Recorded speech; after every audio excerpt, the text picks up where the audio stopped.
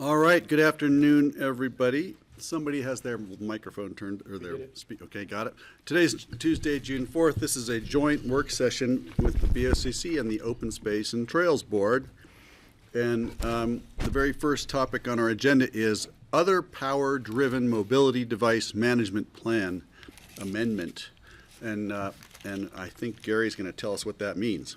I'm going to try. So, I'm Gary Tenenbaum, Director of Picken County Open Space and Trails, and this Other Power-Driven Mobility Device Plan was created in 2011 to address a new law that took it from the U.S. Department of Justice as part of the Americans with Disabilities Act. And we created this plan back in 2011 to try to give guidance and to give where other powered mobility devices can be and where they cannot be. And at the time, the plan's been doing great and overall, but we've been getting more requests and we've added a lot more properties and a lot more trails since 2011. So what we really need to do is to kind of update it and kind of take out the property specific thing and go more on trail types and stuff to be able to be more in line with what the current regulations of all our properties are. So today is this is an amendment to clarify what our existing regulations are. Great. And so today what we're going to really, you guys have the plan adoption and what the changes are. Jesse can go over those changes, but what we're doing is today is introducing it and getting potentially an Open Space and Trails Board recommendation, because this is an ordinance that will need to be adopted by the BoCC to make it. So the ordinance would come to you first reading next week and the second reading on the 26th, with a public comment on that. But the reason why we're not doing a huge public process, we're not changing anything, we're clarifying things. And so in the end, if we want to do a very big change to this, we would need to schedule a public process so we can figure out how to change it. This just clarifies currently where they're allowed and where they're not. Can I ask, just as we begin, other power is amorphous enough that I want to know what the other to what is the first question. And then the second one is, with the changes in technology since 2011, for what sort of devices are available or even exist now that didn't before, is that included in this so the public understands where other comes from, and so that's teeing you up, I guess, Jesse. Sure. So I believe, and maybe Rye needs to chime in here, but I believe other is things that are not under the definition of a wheelchair, which is meant for both indoor and outdoor use. So, and can be either manually or power driven. So it's anything that's not what we typically think of as a wheelchair. So that can be an electrical assisted bicycle, it can be a Segway, it can be a golf cart, or a four-wheeler. There's a huge range of what falls into that category. And you'll see on page 3 of the plan here, that kind of gets into those definitions of what those different mobility devices are. And I think the important thing to note here is that when you're talking about an OPDMD, it's the device, whether it was made and built to be for persons with disability or not, it is used by someone that has a mobility disability for the purposes of locomotion. So that's kind of the overview of an OPDMD. And just to kind of walk you through some of the things that are in this plan is kind of the definitions piece, which I just went through, and then kind of the other one that falls under here is the motorcycle, which we kind of all know what a motorcycle generally is. And then these are just kind of the verbatim ADA rules that are taken from that legislation, which allows local jurisdictions to assess our trail system and facilities by these various factors, 1 through 5 here, and determine whether or not a facility is appropriate for different types of OPDMDs, which is what we did in 2011 and have carried forward into this plan. The plan outlines our general policies, and these are carried forward from the 2011 plan that primarily OPDMD use is only for those that are mobility impaired. We don't allow it on Nordic trails because it would ruin the facility for what its intended uses are. Similar to other devices, they must stay on the trail. Cross-country mobility device is not permitted. They have to obey other Title 12 regulations, such as respecting seasonal closures, traveling at safe speeds. That's not always the maximum speed, and that's kind of defined here as the average speed of other trail users. So that kind of depends on the context and the density of users and where you are on it within the system. But it's never to exceed a 20 mile per hour speed. And then the 2011 plan set out the open 3 categories, either open to all OPDMD use, that would be a 4-wheeler and everything that would fall under that motorized use. So fully open, which are kind of the county roads, or I'll get into that in a minute. And then restricted limits it to specific types of vehicles. So those are electric assisted bicycles, or EPADMDs, which are the, let me get the acronym correct, electrical personal assistive mobility device. So that's something like a scooter or a Segway.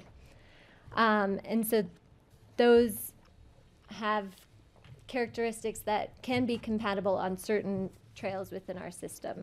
So that's the restricted designation, and then closed is those that are closed to all OPDMD use. And so where this plan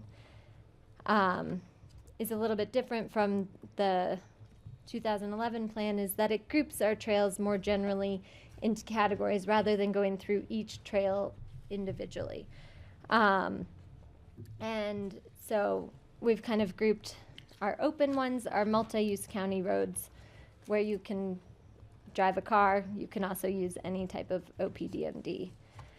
Then closed are our non-motorized single-track trails and natural surface paths that are built to less than 6 feet in width. Unpaved, narrow gauge, and natural surface paths that are suitable for multiple activities.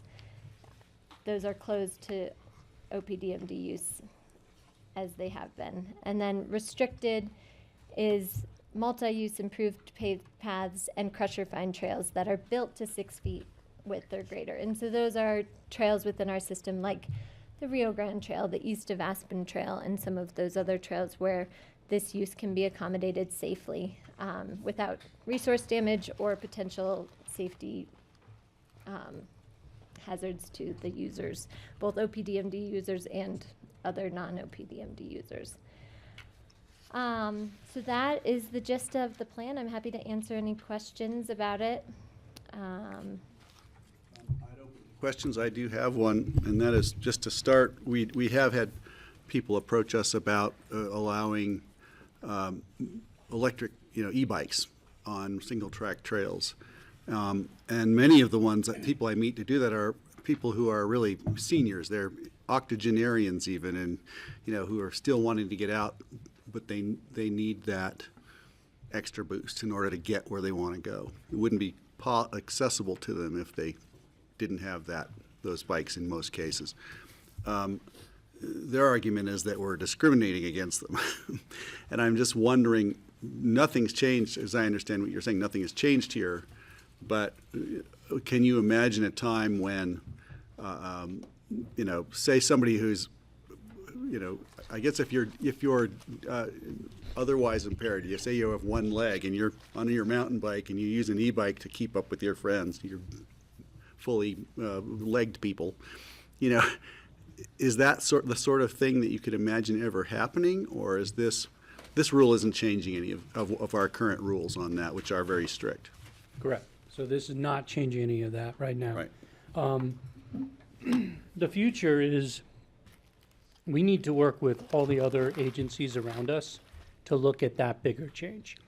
Because right now, I mean, we've had conversations with the city, the town of Snowmass Village, and the Forest Service, because those are the main, we have the BLM also, and those are the main ones that we interact with, because most of our trails go from the city to the county to the town or to the forest and back. And we need to have a cohesive set of rules, because right now, you know, if one agency opens it and the other doesn't, it creates an enforcement nightmare. And so like Sky Mountain Park's a great example of a property that you go from the city on Butterline to the county on Skyline, and then you go to the town on Deadline or Viewline and Seven Star, and you're going through different jurisdictions that have different rules. So right now we all have the same rule, and they are all like that.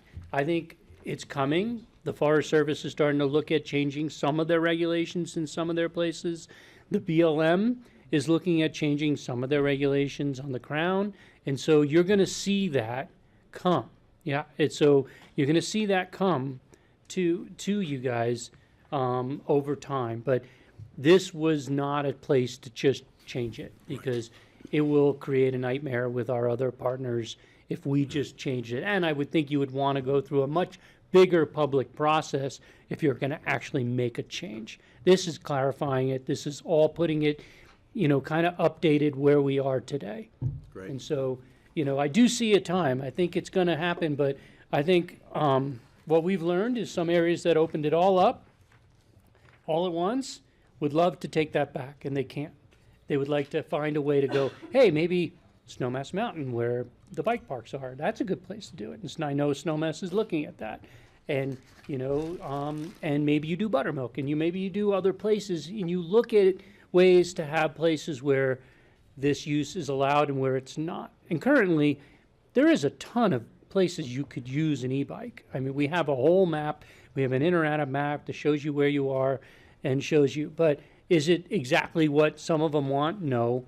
But it's coming. It's just it's gonna take time, and it's really gonna take a public process, and it's gonna take some deliberations from all the boards to go, where do you want to see that and where don't you want to see that? Thanks. So- To follow up on that, do you anticipate that the feds will be driving that? No. You know, if the feds change their rules, are we going to feel compelled to follow? I personally don't believe that. I think we need to work together with everybody to do it together. You know, because it's one of those things where, you know, if Snowmass Mountain, like the bike park, wants to change it, you know, it has impacts on county and town lands next to it and other Forest Service lands. Because if you do the bike park, can they go on the government trail? No. And so, because they're not opening everything up. So there's a larger conversation. I hope it's not just driven by the feds. I think it's going to be driven by, you know, the fact that where can this be and where should not it be? And I think it's going to take time. And so we'll see. But things are coming, and we'll see how that goes. Great, thank you. Other questions from the board? Amy? Yeah, I just wanted to say, I think this is, you know, it's salient, it's timely, it is pointed, you know, it's a specific plan that what I do appreciate is that it has, like, what's open, what's closed, and what's, you know, kind of in the middle. That, you know, that there are those three categories, and I think it's important to kind of update this plan. Again, it's timely, and it really does help be specific about what can be where. So I don't have any kind of problems with it. We already went through this in our last meeting, but I think it's an important plan to have and a plan to update. And I would agree. I think like the whole e-bike question is something that's coming that we have to deal with, and I would like to tackle it. I don't think this is the right place for it, but I do think that, you know, we need to continue to be really cognizant of that and start kind of putting that together in the future and planning it out when we can all meet with our various, you know, the various jurisdictions, because it is so multi-jurisdictional, all of our trails, and they really do. A impacts B, impacts C, impacts D, and it's not a kind of one-off thing. And this, what I like about this plan is it's kind of, it has its place and its purpose, and it's defined, and it's, you know, it just helps us move forward and helps really define things for different folks. Thank you. Graham? I think it's important, I read in the packet that we can make changes in a management plan. So if something doesn't fit in, we can accommodate that. Can we be either more or less liberal? We have that flexibility. In the Okay. future, yeah. Yeah, Yeah. so I think that flexibility really helps any issue that might come up that doesn't seem appropriate for the general plan. Well, and, because in the future, when you're adopting management plans, you know, right now, this is clarifying that when you adopted Sky Mountain Park, you said no e-bikes. So this plan is making sure that that trail type is covered. But in the future, if you choose something in a management plan that would open something to either an OPDMD, you could do OPDMDs only. Specific. You don't have to do all open to e-bikes. You can do OPDMD, open to e-bikes. You have that flexibility, but at least that's done through the public process and through deliberation between you all. Right, and I'll just build on that, like, this flips it from requiring it to be in a management plan, and that wasn't really happening, to the default is to have it be by trail type, and if there is warranted to be different, more liberal or less, we can make that change in a management plan. Great. Kinsley, and then Howie. Two separate points. One is, just by chance, last night I saw on YouTube a device I'd never seen before, which looked a lot like a skateboard. It's one for each foot. It's motorized. It's got 8 total wheels, and you can go anywhere in it. That kid who smokes me on Spar Gulch is going to love those things. The second point is, I'm 77, my hips are going, my knees are going. I'm real clear that there's going to be a time, not in too distant future, where there's going to be a lot of places I can't go. And that's okay. And we need to recognize that's okay, that everybody can't go everywhere. I'm with you on that, and I'm 77 today. Congratulations. Happy Happy birthday. birthday. Thank you. Bring a cookie over here. Yeah, bring her a cookie and a candle. Howie? No cookie. Well, this is kind of long in coming. I'm glad we're tackling it. Just a couple of specific questions. You've got, one of the references is stay on the trail.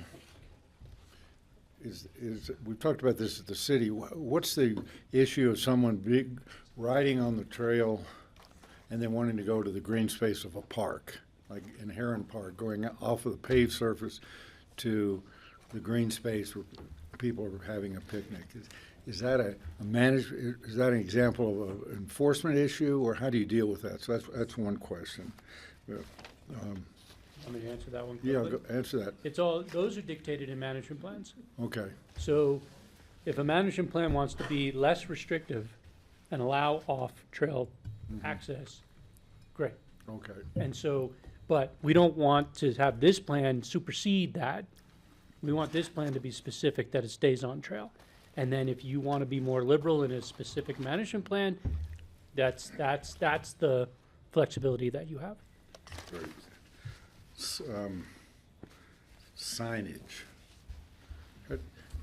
How do you get the word out with respect to closed, restricted, and open? How do people know when they're using these devices they're going to be compliant or not compliant? This might be somewhat of a question for Rye, but it's my understanding that if you have a mobility impairment, you know where to look and get this information, and we'll put this updated information on our website. And so it'll be easy for anybody with a mobility disability to find out where to go. So the And burden's to- on the user to find out where it is. Well, we will have, the signage of the trail is if it says no e-bikes on that trail, it is a burden on the user to go, is it OBDMD? And so what we're gonna make sure is that if specific signage needs to be created because of this, we'll get it out there. And so, we're gonna work on that. We just wanted to get the plan changed as quickly as possible just to update it, make sure it's clear, because we get questions all the time from people who are responsible users who want to know, and it's just not clear from our management plans or anything. They're like, you don't have anything about Sky Mountain Park in here. And if, but I'm like, oh, but if you go to the Sky Mountain Park plan, it says no e-bike, and you're just like, that's not clear to people. Let's make it clear to people in here, and if we need to make a specific, you know, we have those icon things, if we need to make a specific one, we will. With respect to kind of keeping the public informed, and I should know the answer to my own question, city-county interface on the OPDMD guidelines, where are we making sure that's seamless? Well, that's a good question. You don't have, today, it is not perfectly clear, because this, you know, even RAFTA has different e-bike regulations than we do. And so the goal is to clarify ours. The city and the town want to work with us on theirs, because municipalities, you know, have to do the same thing that we do. And so we're gonna try to have really good clarity on that with the city and county. So we're working with them So on it's a it. working process. Yeah. Education of the bike shops, do they play a role in getting this word out? And someone who comes in and says they're disabled, or how is that handled? How do you envision that being handled? Particularly because e-bikes are so popular at the bike shops. Well, the bike shops, we've been working with all the bike shops in the town and the city, have been working with all the bike shops on the rentals to do this whole thing of where you can and cannot go with e-bikes. Good. And so this doesn't change that, because it's not like magically, when you update this plan, they can go in different places. So the current regulations show you exactly where you can and cannot go. So the bike shop has a QR code that you can click to get to our map, and they can show you where you can and cannot go with a device. It's mostly in the shops. It's almost 100% e-bikes. They're not selling, you know, different devices. And the Segway people who, I don't know if we still have them in town, but yeah, I think we do. But they've been really good. They've been doing this forever, so they know where they can and cannot go. So I think their education has been critical to helping. Now, the user etiquette thing is something we're still working on. But where you can and cannot go, we're getting there. I think we're much further ahead on where you can and cannot go than on the etiquette piece. The technology is changing all the time. I made a note because I saw an electric-powered tricycle, three-wheeler. For children or for adults? For adults. Kinsley will get one. Your birthday present will be coming shortly. But seriously, how are you dealing with that kind of equipment issue? Well, we have it right now as the design standards have to be less than 32 inches wide and weigh 60 pounds or less. Electrically powered, not gas powered, and design speed of 20 miles per hour or less. Now, we're not measuring you, but so there might be one that's 34 inches, 33 inches. We're not going to measure you. It's just, we're trying to keep it so you're not riding something that's 200 pounds down the trail, because that's a safety issue. Yeah. You hit somebody and you're and that's on a restricted path. On an open path like Smugger Mountain Road, it's a road. You can take whatever you want. The bicycle classifications 1, 2, and 3. Are you paying any attention to that with respect to this new program? This, in the speed qualification, It just says the speed limit, but it doesn't say whether it's a class 1 or class 2 or class 3. It's, the you know, vehicle, well, it's a wattage designation, I think, it has to be limited to 750 watts or 25 miles per hour max, the device. Well, I understand that, but we also refer to the bikes by classification, class 1, class 2, class 3. I thought that was a more common description than wattage per se. it is, I'm but trying things to- are changing. It's extremely difficult to tell what class of bike you have. Sure. So under OPDMD, you know, you can do a class 2 bike because class 2 is 20 miles an hour or less. Okay. And so if that's your mobility, if you need that because you can't pedal, Right. that is allowed as long as you have one that goes less than 20 miles an hour. And so these are the changes compared to what the public can do and OPDMD too. So this is one of the reasons why we had the ADA, because if the trail is designed for 20 miles an hour, for OPDMD, you should allow people to be on a device that allows them on the trail 20 miles an hour or less. Good luck. Francie, did you have a question? A couple. Comment? I thought ATVs were not allowed on any Picken County roads, period. That's a licensing issue. And so, you know, to me, that's county specific. And so if you don't have a license for your ATV, you're not allowed on the county road. It doesn't matter if you're OPDMD or not. Oh, I just thought they weren't allowed on. That's what they say in, about the whole Turn your mic on. marble. About the whole marble situation is that, you know, in the Picken County part of the roads, you can't have ATVs, but. Well, I thought it was licensed vehicles. You'd have to check in, but you can get an ATV that is a licensed vehicle. And if you have a license on that vehicle, I thought you're allowed to be on Smuggler Mountain Road or, Yeah, I believe so. I think Yeah. it's about like turn signals and having a license plate and such that, Yeah. an ATV can have. Like Okay. certain razors and ATVs, 3 or 4 wheeled, can qualify if they have like, again, like the turn signals and a license plate and headlights or Headlights, something like Yeah, that. okay. And then what qualifies you as mobility impaired? What, do you have to have something that, A from a doctor's note. doctor? Or if it's your 77th birthday and you can't ride worth hell, does that qualify? And do I get to go wherever I want on an e-bike? Not that I want to, but Only today. hypothetically. well, Until you get caught. due to HIPAA laws, we can't sit there and just get people. If you come up to a ranger and you say, I have a mobility disability, if I'm disabled, and you tell them why, we gotta believe that and accept it. What we've learned is over time, some people might fib, but most people do not, because it is amazing. Human nature is not necessarily, there are always the bad apples, and you hear about them, but for most part, people don't claim disabilities unless they have them. But this doesn't allow you to magically go on Sky Mountain Park. Sky Mountain Park's still closed. And so this allows you to do like a class 2 bike on the Rio Grande Trail.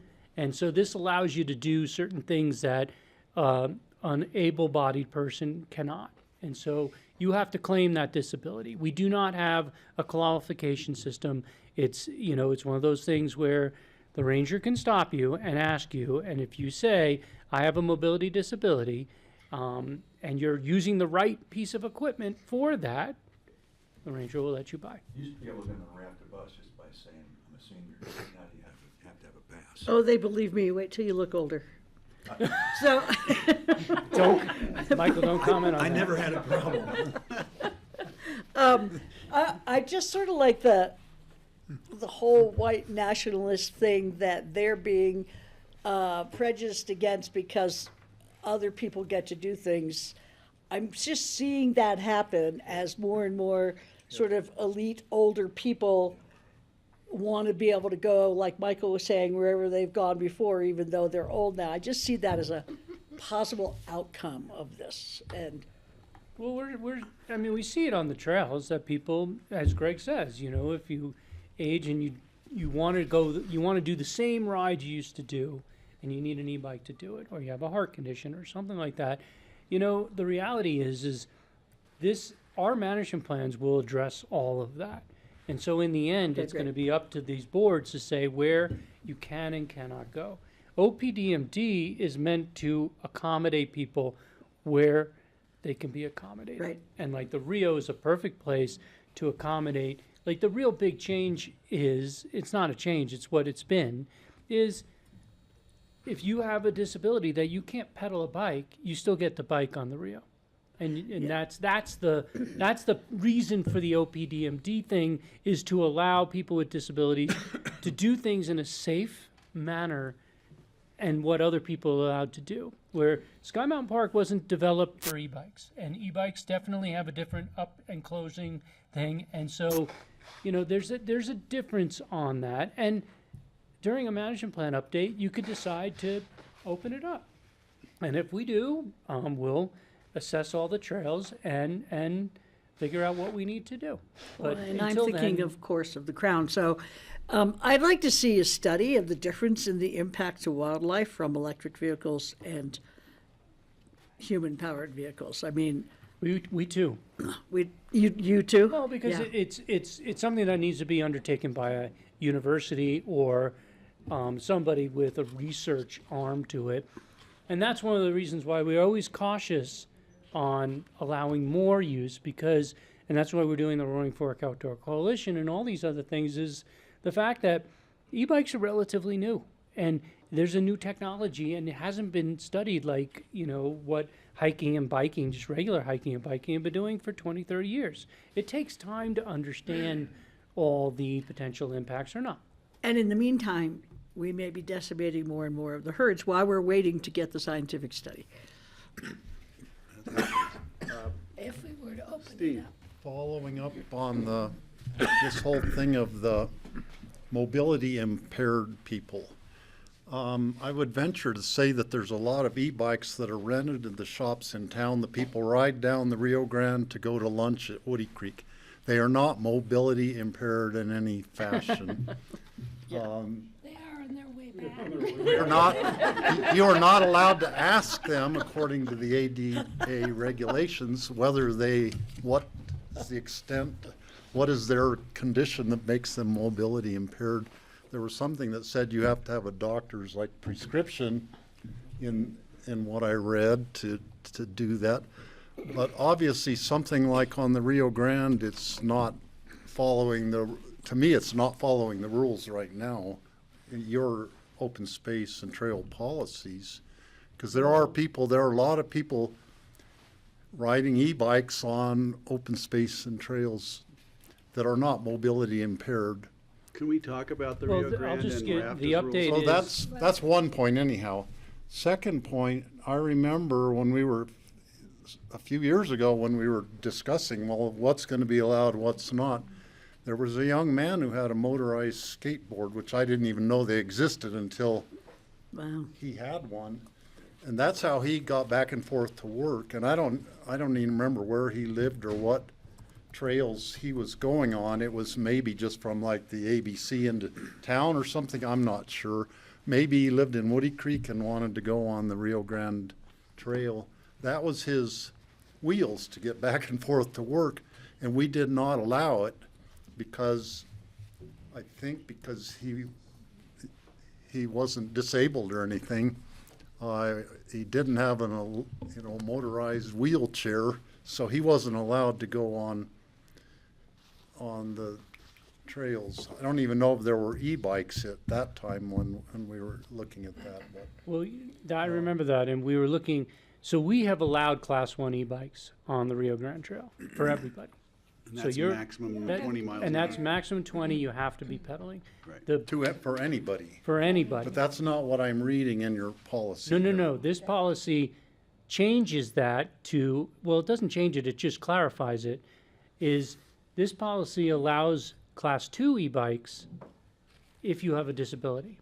So the great thing is we worked with all the rental shops. All the rental shops are Class 1 e-bikes. Somebody might have a Class 2 that's skirting our rules, but the reality is most of the people biking to the Woody Creek Tavern that have a rental bike are on a Class 1 e-bike, so they're legal. And so the Class 2s are the ones that you have to have a mobility disability to be able to use. And so, yes, some people will fib on that one. I just don't. I never want to put our rangers in a really bad spot with a disability thing, because Yeah. it's obvious. not a nice conversation to have. So the good thing is most of that is totally legal today. So it totally meets our policy. And so the skateboard thing was, even back then, we always had, it has to have brakes. Like, the thing has to have brakes. And so the skateboards and everything else did not have, you know, like a braking system. I mean, a person's head doesn't count as a brake.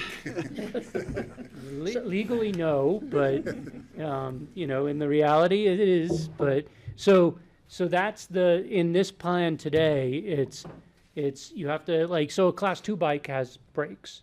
And so you have to have that, where the one wheels that Michael was talking about. Yeah, I was gonna are say the eight- one wheels. They're not allowed on. No, I wouldn't talk The about, I'm trails. talking about 8 wheels. Yeah, free skates. Or 8 wheels. The 8-wheelers are not. Yeah, free no, skates, brakes. free skates. That didn't have brakes. I don't know. But so one wheels, even though if they stop going, they stop, that doesn't count as brakes.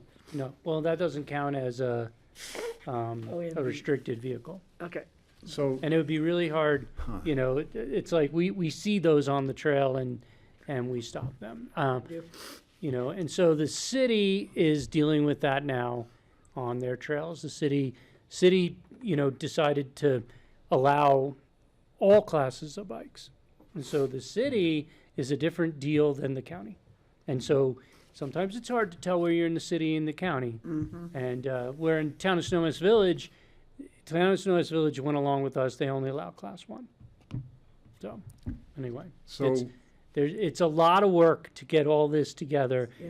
The thing is, the plan has been working pretty well.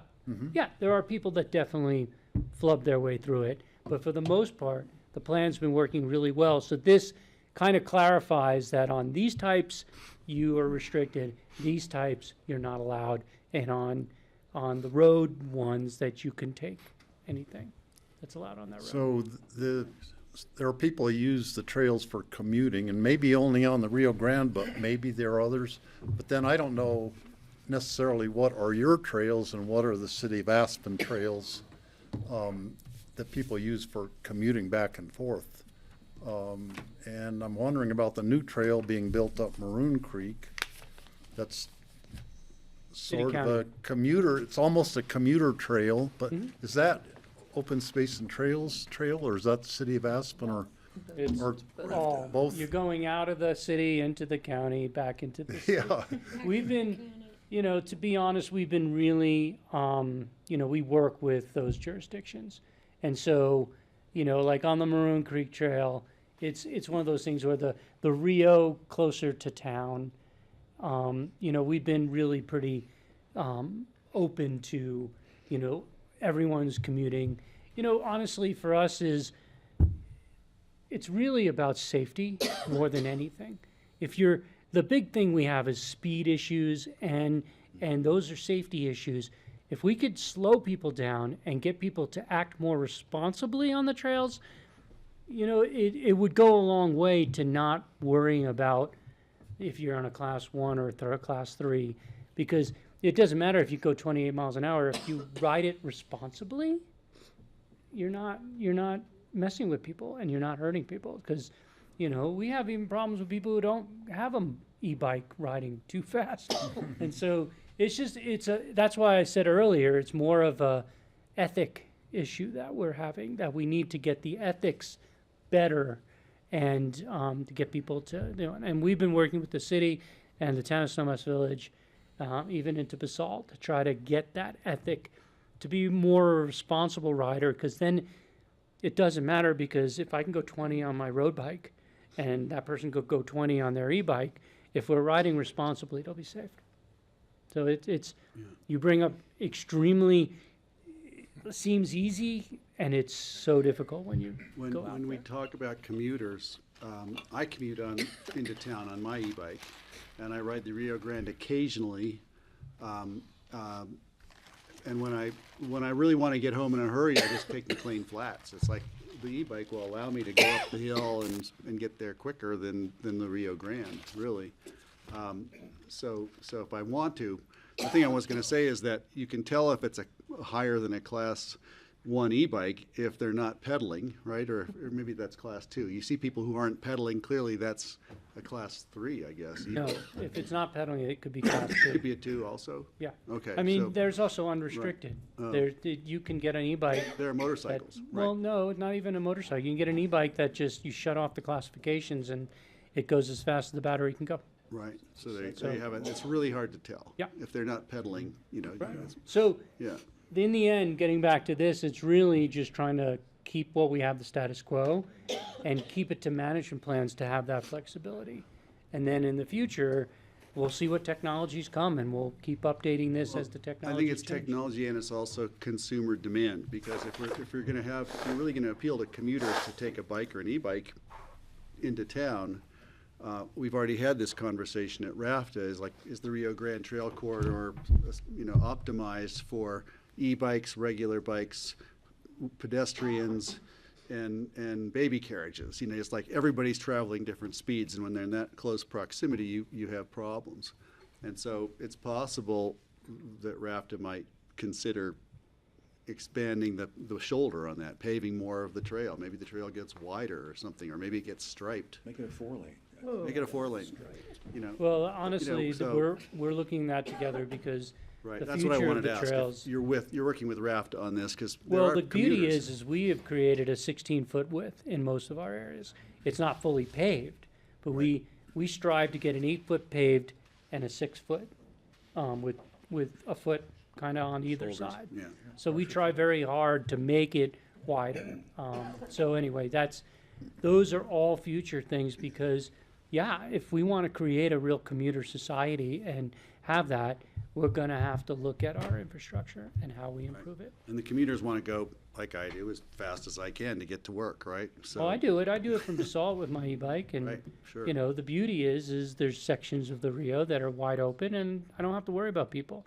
But when I get in front of people, you have to just be a responsible rider. It doesn't Right. matter how fast your bike can go. It's really how safe it is for everybody around you. You have good judgment. Well, do I? Thank you.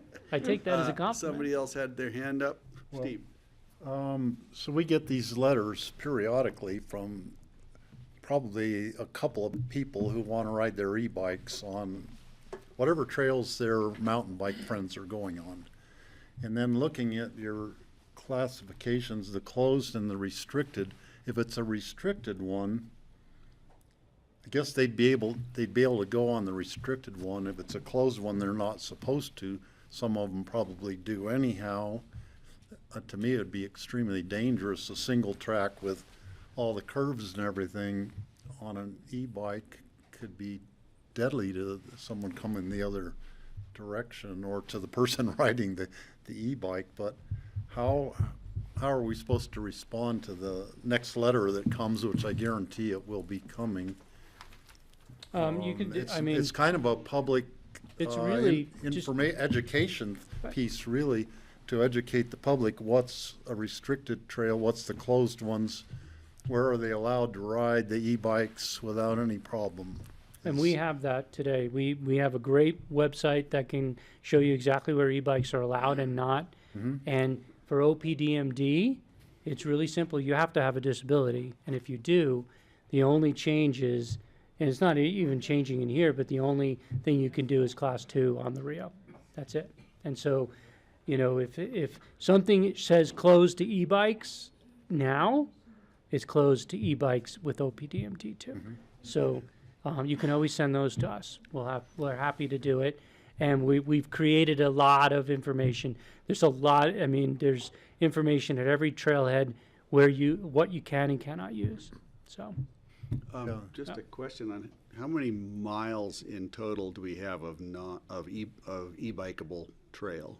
If somebody comes and says, you're not allowing us, between the county roads and the rural trails that we have that are accessible, I'm just wondering, do we have an estimate of how many miles there are in the county or even just in the we can get Aspen that to you, but Summit? it's a Yeah, lot. you can get It's a lot. That would be worth having to Yeah. share with everyone who talks about that. Yeah, we can do that. Every Well, county and to road. be honest, you guys are gonna hear this, the BoCC will hear this 2 more times. We gotta bring you an ordinance for first reading next week and then for second reading. So you guys can if you think of extra questions, I'm happy to answer those. Great. But the Open Space Board, I was gonna try to get a recommendation to move that forward to you guys, unless you have more Okay, questions. okay, carry on. Yeah, Wayne. Do we need a motion, or do you just need a recommendation? I need a motion to recommend to the BOCC that we update the, we amend the OPDMD management plan. Wayne, you wanna make that? Well, I do want to make that. I think, I'd just like to say, I think that the staff thought this through really well, and it's a good update to the plan, and it was time to do. So I'd be glad to make a motion recommending the amended OPDMD plan to go to the BoCC It's the plan amendment. for approval. The amended plan, I'm recommending for approval by us and then going to the BoCC. Does that Okay. help you? Motion? I'll second. Amy seconds it. All in favor? Aye. All right. Thumbs up. Okay, you've got a unanimous there. So just to follow up the outcome of this recommendation to the BOCC, how will you get back to us on that? So the BOCC has to accept it, right? Right, the BOCC accepts it, I'll let you know at your next meeting. Okay. We're gonna be looking at it with a fine tooth comb. Yeah, you get it. That's why we did it together today, in a work session to kind of get through some of those, issues. But yeah, you'll have but first reading It and helps second to reading. understand Yeah. the different definitions and everything as part Trust of the me, whole. That's why we're not upset by the questions, because it's a very legal world, and I give Rye a ton of credit for helping us through this, because he's the one who has to deal with the legal pieces when somebody says you're discriminating against me, you're doing this against me, and I go, no, Rye, help, and it's like, and then Rye can step in, but he's the one who really helped us say, clarify your regulations, so you don't have to send people to 10 different management plans, so they see it in one spot where they can and cannot go. And then if you want to be more flexible in the future, you can be during a management plan public process. Question, who came up with the term other powered driven mobility device management? And who spelled it Yes. that way? The federal government. Bunch of lawyers. Okay, so we can't change it to something that's actually articulatable. No. Okay, so that's what we'll call it. Okay. Management has an extra Sort of A in it like- and one fewer E. Velociraptor. Or something. Velociraptor. Oh, sorry, That's county spelling. the county spelled that, so it's not you guys, it's not on you guys, okay. Yeah, Um, so two other Thank you, is that it for this? No. Oh, It's, there's we more. need 2 board actions. Oh, from them the or from Open us? Space and Trails Board. We need an action on the Redstone to McClure. And then we need an action on the Dexter load. And So we already did that. Oh, you did get that. So, okay, so that's good. And yeah, you got both of them? We did, Yeah, we on the we did 16th, the we Redstone. got You got a wave the over property there. recommendations. Okay. So, yeah, trying to so get the his- Redstone, his I just attention. need a Redstone to McClure. He's pretty old. he can't- Kinsley's trying to get your attention. Oh, I'm sorry, well, that is my Do you have good the eyesight, language I for- apologize. That's his bad Well, eye. yeah, do you guys So, want to discuss it at all, or? I move that the Open Space Trails Board recommend the proposed agreement regarding the trail proposed from Redstone to McClure's Pass. Recommend the proposed agreement to the Board of County Commissioners. Also that staff include documentation of the reasons for removing the avalanche section as part of that agreement. And I also want to say, just editorially, thanks to the citizens who objected to this project, which led to this very excellent compromise. As a result of this agreement, my key concerns about the trail have been assuaged. And the language of the resolution demonstrates not grudging accession by the staff to the objectors, but rather wholehearted commitment on the part of the staff to rigorously accommodate the objections and new information. That's a That's your motion. motion and a comment. Where does the period end from the motion? Well, the I motion actually, was I to- actually yeah. punctuated that way. I said, and as a comment. Oh, okay, all right, fair enough, okay. Now, do you have a second? Who's looking for For clarification, you're proposing that we amend the Carbondale to Cresta Butte Trail Plan It's a better way of saying it. Thank you. Yeah. with 2 points. One being that we'll do a full analysis of any remaining segments in that plan from Redstone to the BRB. And that is in the agreement, so. Yeah, Yeah. okay. And And the second one is to remove the Avalanche Trail segment which is from also in consideration. the agreement, yeah. Yeah, I'll second it. Any further discussion on the board's Sounds part like a for pretty clarification? complicated motion to me. Yeah, Shall I do it once more? I don't disagree with you, Michael, but I don't think all of that should be in the motion. I think it'd be a simple motion. So there was a simple motion with a comment attached. Oh, I Right. just didn't see the period. Yeah, okay. the I said- motion was what Wayne said. Wayne clarified. Wayne clarified, Michael agreed to the I will clarification. agree with that one. Okay. All in favor? Aye. Good.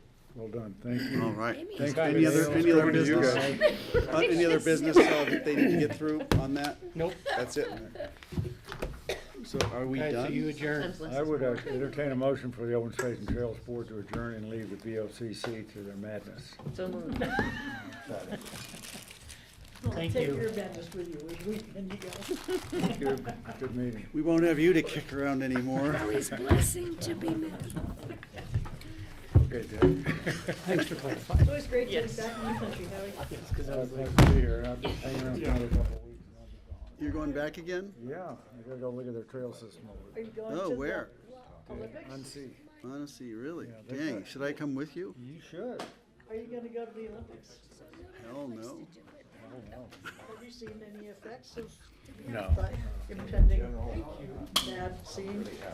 I don't know any French person who is going to the Olympics or anybody who spends time there. I just amended those minutes. About all kinds of terrible things, conspiracy theory stuff about the Olympics and how it's gonna be unsafe. The trees are all. Hey, John, welcome. Hi, I'm getting ready to leave. Oh, nice, thanks for coming to say hi. Well. Yep. Well, I suppose things. So we're in a little break here. Did anybody call a break? I'm happy to call a break for 5 minutes. We'll be back at 1 o'clock. Or a little after.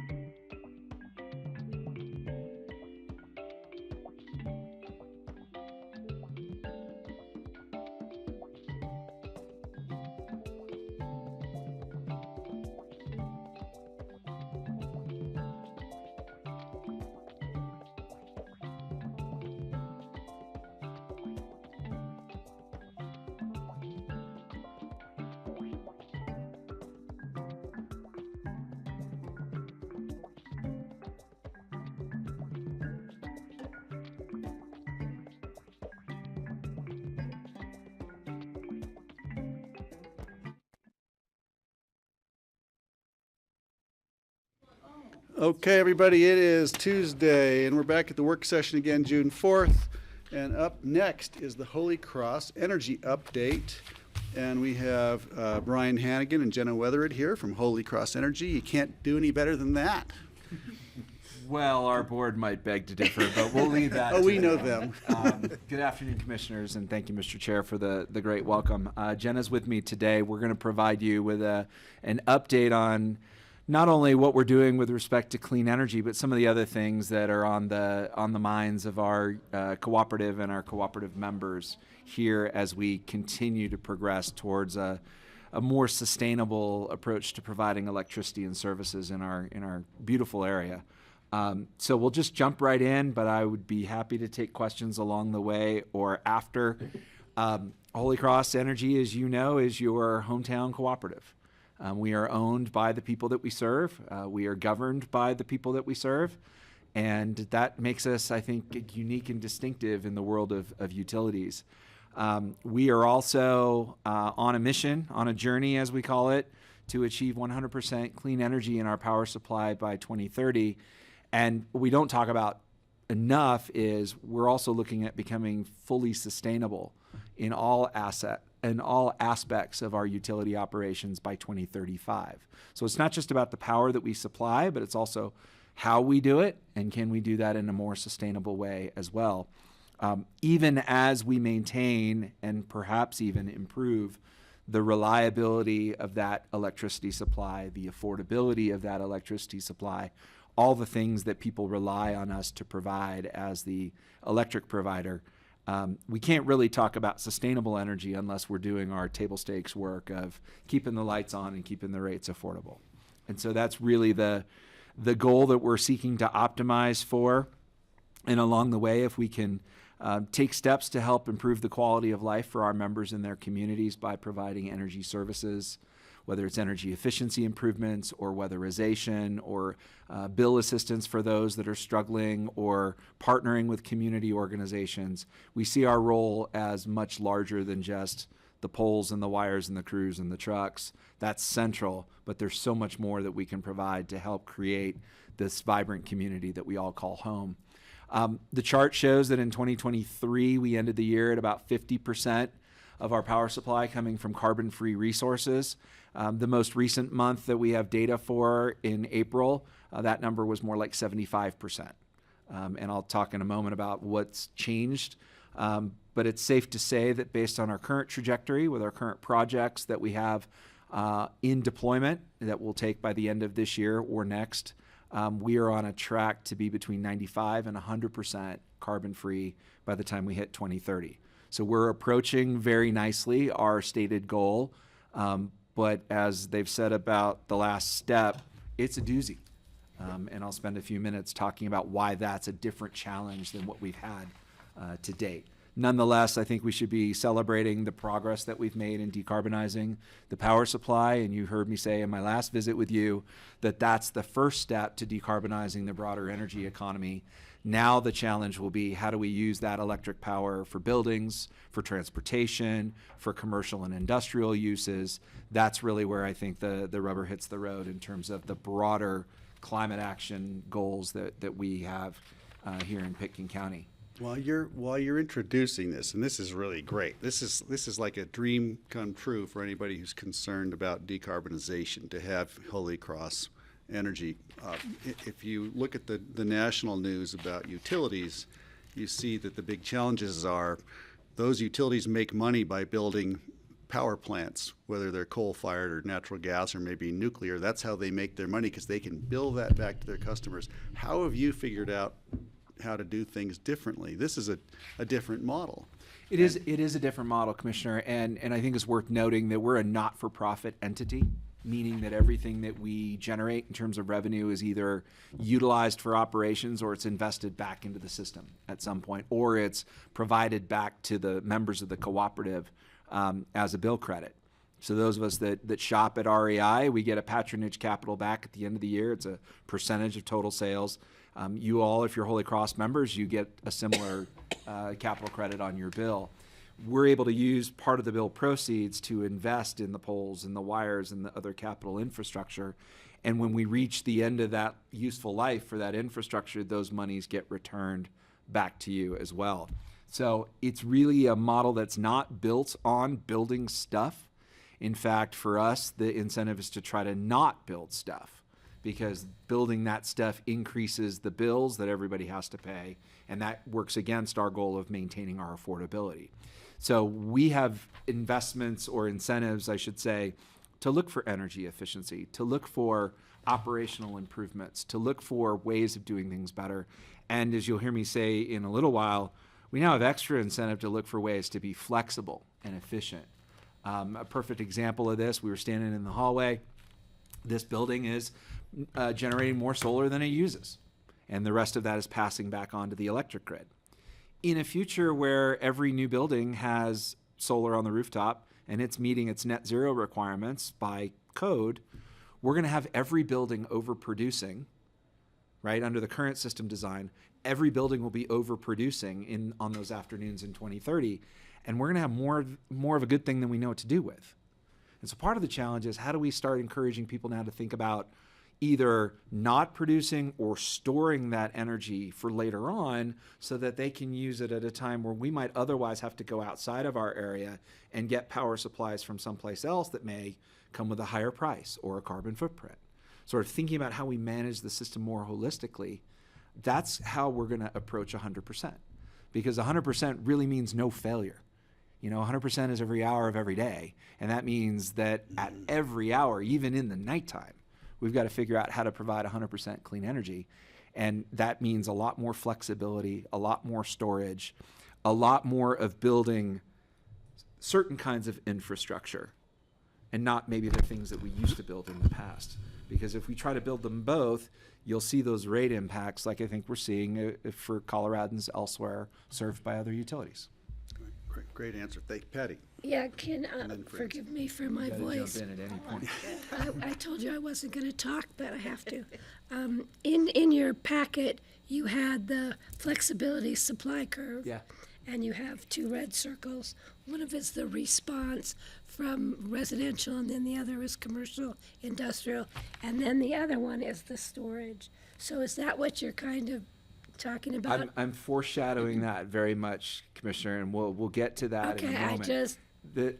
The reality is that we're going to need flexibilities at a variety of scales, from the small household making some demand response all the way up to the large quantities of stored energy that we can put in thermal reservoirs or batteries or pumped hydro. We need a spectrum of tools, because as you'll see from the chart, I think that immediately precedes that, we're trying to solve for matching a very highly variable supply of renewables that we can predict but we can't really control, with a relatively flatter but more consistent demand for energy that, again, we can predict but we really can't control because it derives from the human being that we're serving. And so to keep the lights on, we have to balance supply and demand in all locations and at all times. Otherwise, the system doesn't work. And so that's the shifting of our role is, we're not just getting power and delivering it anymore, but we're actually orchestrating all of the puts and takes onto the grid in a way which keeps that system functional. Is that where the DERs, or That's the where the distributed DERs energy come in. resources, You bet. fit in? Okay, so I I'm wanna- connecting the dots. I'm Thank going you. to go to Francie's question next. Thanks, and then- Greg. So Brian, I have a question. I think I've asked you this in a public forum before, about the trade-off between storing, like at my house, we have 9.9 kilowatt hours, but we don't really qualify for storage at that rate, especially with the amount that we use.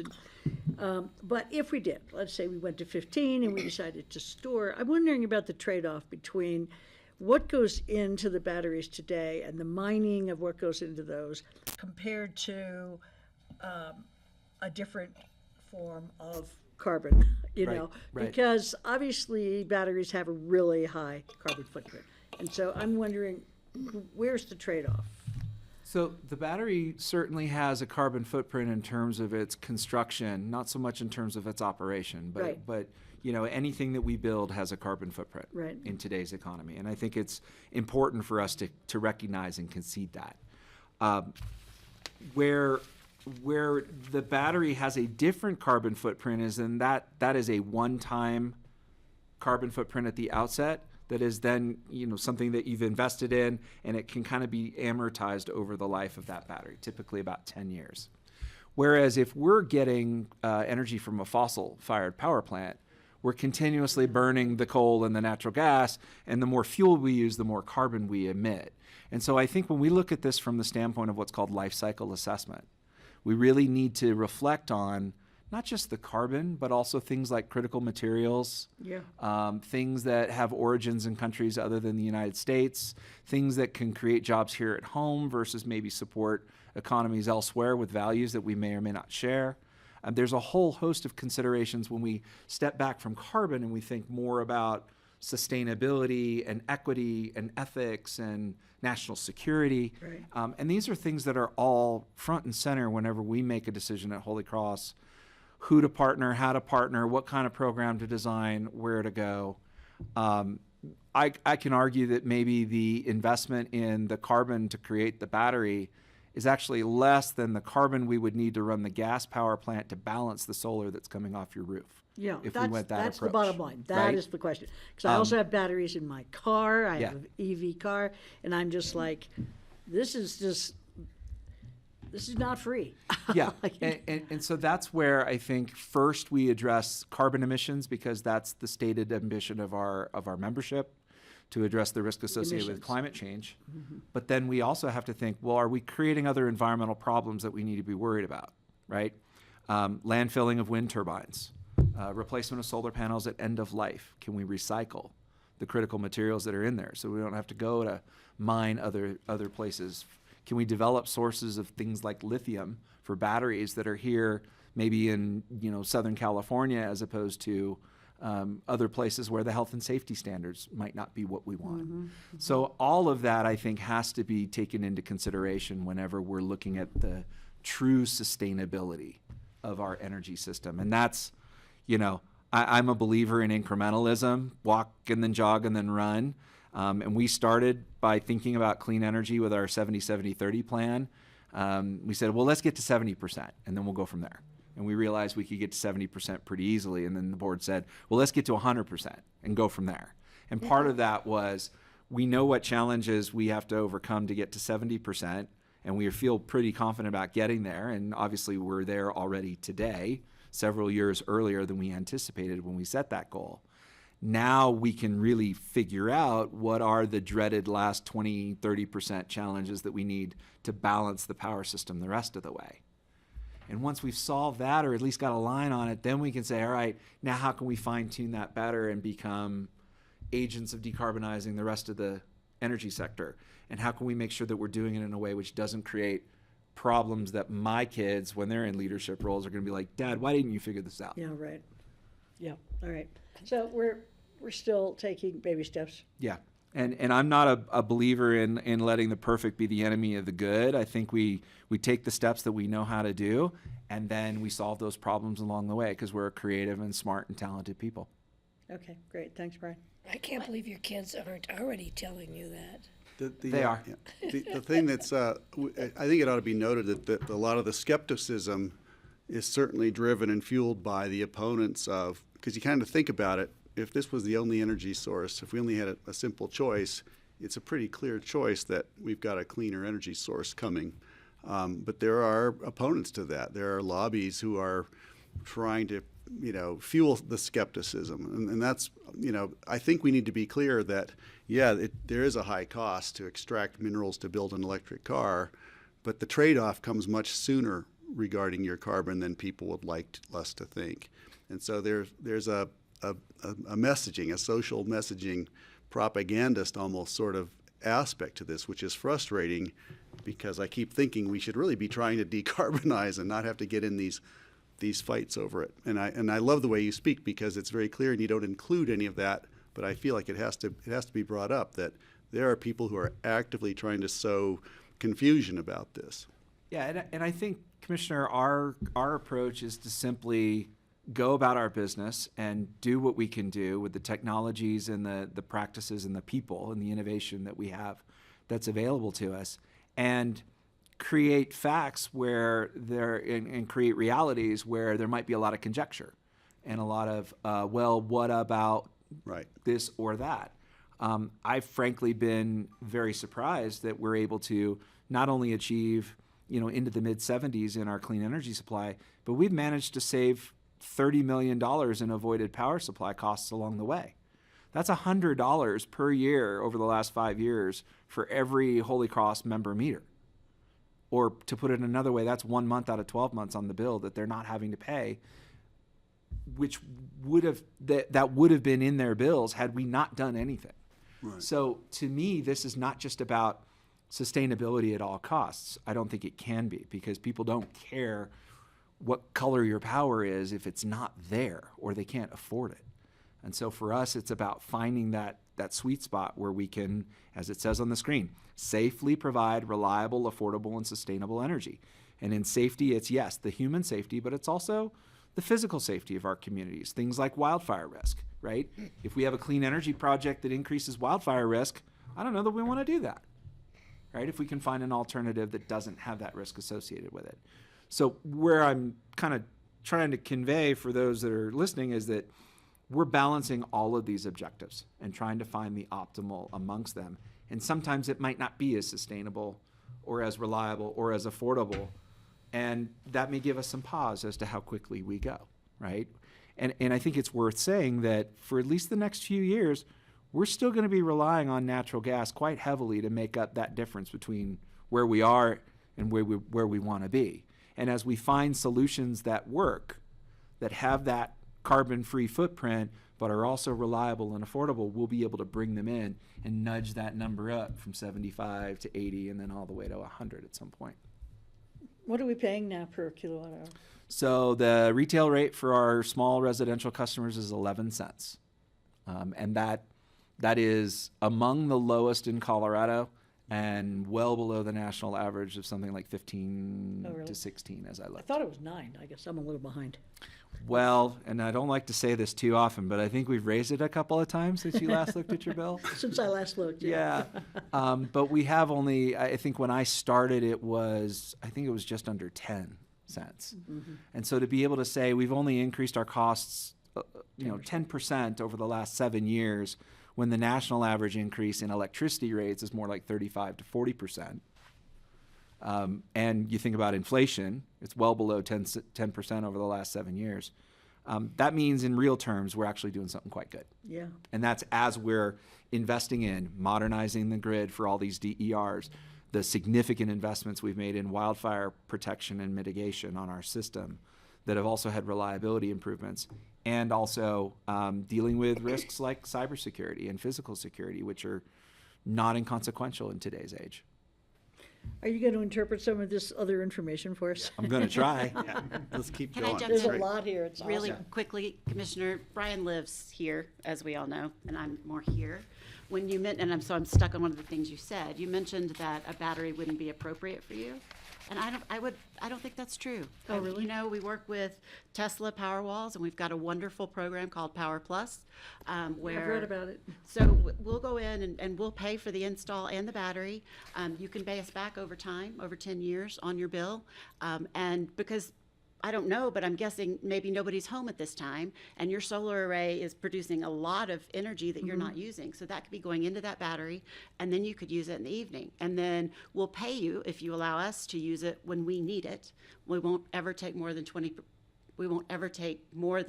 You won't drain 80%. below. You won't drain yeah. it. Yes, we won't drain it so Whoa. that if there happens to be an outage after that. But I think that's the little things that we each can look to do that together are hugely impactful. So we can have somebody call you if you're interested in it, but I just wanted to make you guys aware that sometimes I think we think what I do doesn't matter, but it does. It absolutely does. And that's why our strategy to get to 100% clean energy includes everything from the simple homeowner energy efficiency investments all the way up to the fancy-dancy smart electrification, all singing, all dancing, vehicle-to-grid electric car, right? We're going to need all that stuff. And what excites me the most about this vision is that it truly returns us back to our roots, where we are all responsible for the reliability of the power system, not only as owners of the cooperative, but by participating in it and making sure that we're investing in efficiency, when we develop these distributed resources, the rooftop solar, the batteries, the smart buildings, the electric vehicles, that they're helping the grid become more stable rather than pulling against that. Yeah. And our programs and incentives are designed directionally to encourage that without requiring it, right? Because we also know that you bought the vehicle to get you from point A to point B, not to perform reliability services for your house, right? And there are going to be times where that vehicle's not going to be plugged in and we can't reach to it, nor may you want us to. And so all of this is thinking about a future where instead of our power system being big power plant, one way, highway of electrons to passive end user, things are now moving every which way in more of a network. And our role is more of the network operator going, whoa, go over there and have a little more over here and a little less over there. And almost like the orchestra conductor, right? How do we make it sound beautiful music rather than clashing sounds? But if we all became self-sufficient and we all had our little solar arrays and our batteries, what happens to Holy Cross? Well, I think that's a very interesting business model question that was at the heart of what we proposed in our rate changes back at the beginning of last year. And that's an issue that I want to make sure that we return to at some point, because then the question becomes, how does Holy Cross generate enough revenue to maintain that grid infrastructure, which even if you're self-sufficient, there are going to be times where you're going to need to borrow from your neighbor. And there's going to have to be a wire to connect it, at least until we come up with a different approach, right? And so that is more of a common good infrastructure that everybody should pay for in a way that's fair and equitable. And at that point, we're kind of like FedEx, right? We're taking electrons for where they're in excess to where they're in deficit. And if you and Greg want to do a deal where you've got a lot and he's throwing a party and he needs more, it's our network those will move across, and there should be a fee for that service that allows us to get our, again, not for profit, so we're not asking for massive amounts, but enough to keep that grid so that you guys have it to use. That's an interesting model. Okay, thanks. Yeah, and that's part of the challenge of pushing forward on things like clean energy, is it really does now challenge the way we've always done it. And it's challenging from a business model and even a rate design perspective, where you got to ask, what are you paying for? Because if you're generating your own energy, you may not be buying energy from us. And if we're relying on you buying, then maybe we're going to be against you generating your own energy, when in actuality, it would be better if we were all for it. Right. And I'm losing my card-carrying membership of the electric utility industry as I say these sorts of things, because this is the same sort of existential question that we're all grappling with. Holy Cross just happens to be grappling with it sooner because of how fast we've progressed. Right. And also you have a board and a profit structure that welcomes that and demands it. That's right. But there's nothing distinctive about the nonprofit structure that prevents a for-profit utility from having the same quandary. And I think we see this in some of the filings that XL and Black Hills and other investor-owned utilities are filing across the country. And buy me a whiskey here, and I'll tell you more about what I think. It's a deal. I do want to come back to our progress thus far. As we're showing on the screen here, by the end of 2025, we're forecasting being 90% renewable. This is presuming that the new wind farm that we just brought on last year, the Bronco Plains 2 wind farm out near Flagler on the Eastern Plains, we have 150 megawatts of that 200 megawatt wind farm. To put that in perspective, that wind farm alone is about 30% of our annual energy production needs. So it's a pretty big deal. And it's part of why you see the wind number going up to 65% in our projected forecast. The rest of it being met by our residual share in Comanche 3 and gas-fired power from the wholesale market. But that was one of the two large projects that we delivered or took delivery of last year. The other is a 30 megawatt share of a 75 megawatt solar farm near Bennett, the Hunter Solar Array. That was a partnership with Core Electric Cooperative based in Sedalia on the Front Range. And so that's, I think, an early sign of a trend that you'll see more and more smaller utilities banding together to take bits and pieces of shares of larger projects. And when we put out our next request for proposals in the fall, I would expect to see some large projects come in that maybe Holy Cross doesn't need all of, but maybe Yampa Valley does, or White River does, or another cooperative might. So that's another way that we're, I think, leading the industry here on the Western Slope. And how does that power get here? So that power moves on the state's transmission network, which is primarily operated by XL, Public Service Colorado. And we enjoy an agreement with them that goes back to the early 1990s that makes us, in effect, co-owners of that transmission system. Our transmission and their transmission are operated as a single joint transmission system. And so as long as our power supplies connect into their lines, those power supplies can move freely to us. Yeah, and so then you draw from that, and Yeah. and is your generation ever in excess of? It absolutely is. Yeah, we will produce more wind sometimes than we can use, particularly on days like today where we've got good wind and the sun is shining statewide. And so we look for opportunities to work with either XL or our other wholesale partner, Guzman Energy, to liquidate, to sell that extra power to somebody who might need it on the open market or in a bilateral contract. One of the things about the wind farm is it was a 200 megawatt wind farm because the pricing was really good at that size. There was an economy of scale, but we couldn't take all of it because there would be so many days where we would have more than we needed. So we actually partnered with Guzman and said, hey, y'all can take 50 megawatts or a quarter of the wind farm off the top year round. And then in the summer months when we're not turning lifts and making snow, you can take another 50 megawatts on a summer basis because we don't need that power, but we do need it in the winter. So we can do a seasonal swap. So these are all the things that happen behind the scenes. And we have a very adept power supply team of about a dozen folks that manage both our power supply and our energy programs to keep things balanced.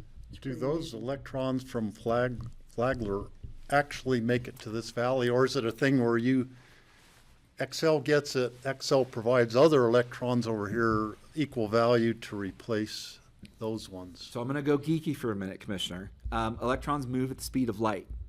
So they don't really stay in one place for very long. And I think the way to think about this, bless you, is when we generate electricity, it's like we're pouring water into a lake, right? And on one side of the lake, we're pouring water in, and it's mixing in, and it's doing it very fast. And on the other side of the lake, we're there with a bucket, and we're taking water out. And so as a practical matter, it's virtually impossible to account for the specific content of the electricity you're withdrawing from a portion of the grid at a particular time. Instead, we fall back on accounting, which is increasingly becoming time matched, right? Can we match our bucket in the lake with the exact same dumping in of a certain kind of water on the other side of the lake? Meaning, do we know that we are withdrawing energy at the same time that we're putting energy into the system? That's about as close as we can get. And as we get closer to 100%, our accounting of that process is going to have to become tighter and tighter as well. The mathematically inclined that are listening in are going to immediately understand that as long as we're pulling and pushing from the grid, and that grid's not 100%, we're not going to ever be 100%. The math just doesn't work.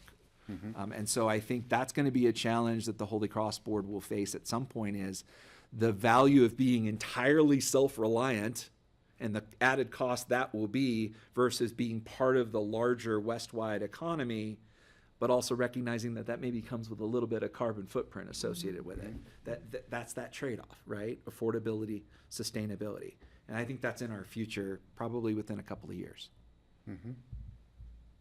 But it's a great question because we get asked that all the time. It's like, how do you know? And it's accounting. Until all the power is green. Until all the power is green. And that's our purpose, right? Is to show that we can, at least as a virtual power system, you've heard the term virtual power plant for a set of distributed resources, we can think of the next iteration up, that we have supplies and demands that are acting virtually as a enclosed power system. We can demonstrate how we could operate if everything were connected at 100%, and then take away some of the arguments for doing it in the real power system. I don't know what the right time to ask this is regarding vulnerabilities or looking at expansion needs. We hear about data resource centers just sucking a lot of power, Bitcoin mines, AI pulling a lot more power than maybe even we anticipated a couple of years ago. Moving to electric vehicles. Are you going to have to replace power lines with the new graphene power lines in order to accommodate this? Or, what is the Holy Cross doing to, try to project what the power demands are going to be in the future? Because it seems like that's a rapidly changing thing. It is, Mr. Chairman, and we're right in the middle of a system planning process that started at the beginning of this year to identify what are our 3-year needs as well as our 10-year needs for investments in not just the transmission but the distribution system, right? Not just the interstate highways, but the state highways and the side roads. That is something that I think we're all really trying to get our head around. There's so many variables. How many people are going to adopt solar? How many people are going to adopt electric vehicles? How many homes are going to be net zero because they're subject to code when they retrofit or the new construction? Our projected growth in power demand from Holy Cross is actually a lot less than what we're seeing in the national press with other places that have really heavy data center and blockchain and Bitcoin and AI and all the things, because our real estate prices just frankly are prohibitive. They're not going to site a data center here in our territory. That's okay. And if they do, it's going to be in Western Garfield County, where we have a lot of capacity to They have the different Colorado River. codes. right? Our bigger worry, frankly, is that going back to the question, Commissioner, that you asked, is we may actually not have enough demand growth to sustain the current business model relying on kilowatt hour sales. And in fact, we actually, for a variety of reasons, for resilience benefits, for flexibility on the grid, for all the things, we may actually want to actively encourage people not to buy electricity from us. Wow. Which, as an electric utility in the business of selling electrons, at least currently, that's an unnatural act.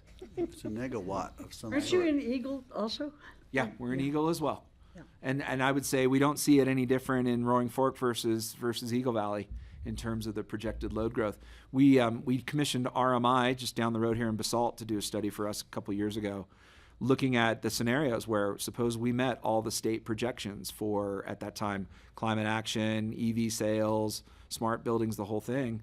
And if we did it completely stupidly, right? We didn't take any sort of flexibility or efficiency mechanisms, we would see over the next decade about a 20% increase in energy sales, kilowatt hours, and we would see about a 35% in peak load during the winter season. Oh, wow. We have enough transmission capacity to support that today. Oh, excellent.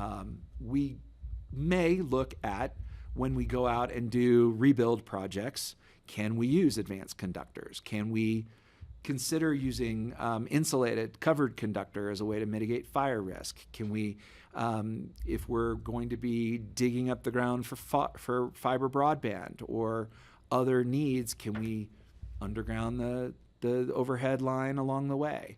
So there's always a lot of considerations into how we design and operate our system. And I think what we'll be doing over the next 12 months or so is sharing our views of some of the investments that need to be made and what those financial implications are going to be, and then perhaps inviting the community to come and take a look at it and go, well, if we designed with our building codes a different way, or if we manage the growth of certain kinds of resources, we might be able to avoid the needs for those upgrades and invest not only in the poles and wires, but invest in the infrastructure that we need at the consumer level to provide better service.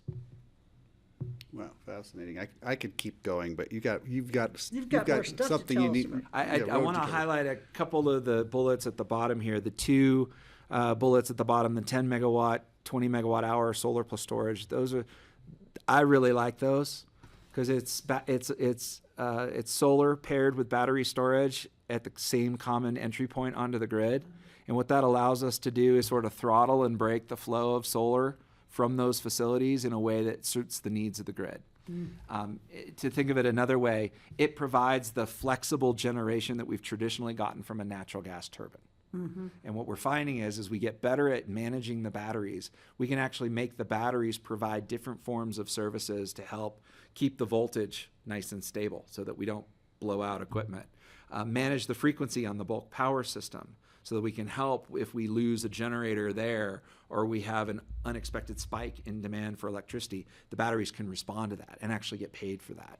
So there's a lot of flexibility in the existing project, that 4.5 megawatt, 15 megawatt hour project at the CMC campus at Spring Valley, but then the 2 new projects that we'll have in Garfield County, those 10 and 20 megawatt hours, those add a lot of capability to our system.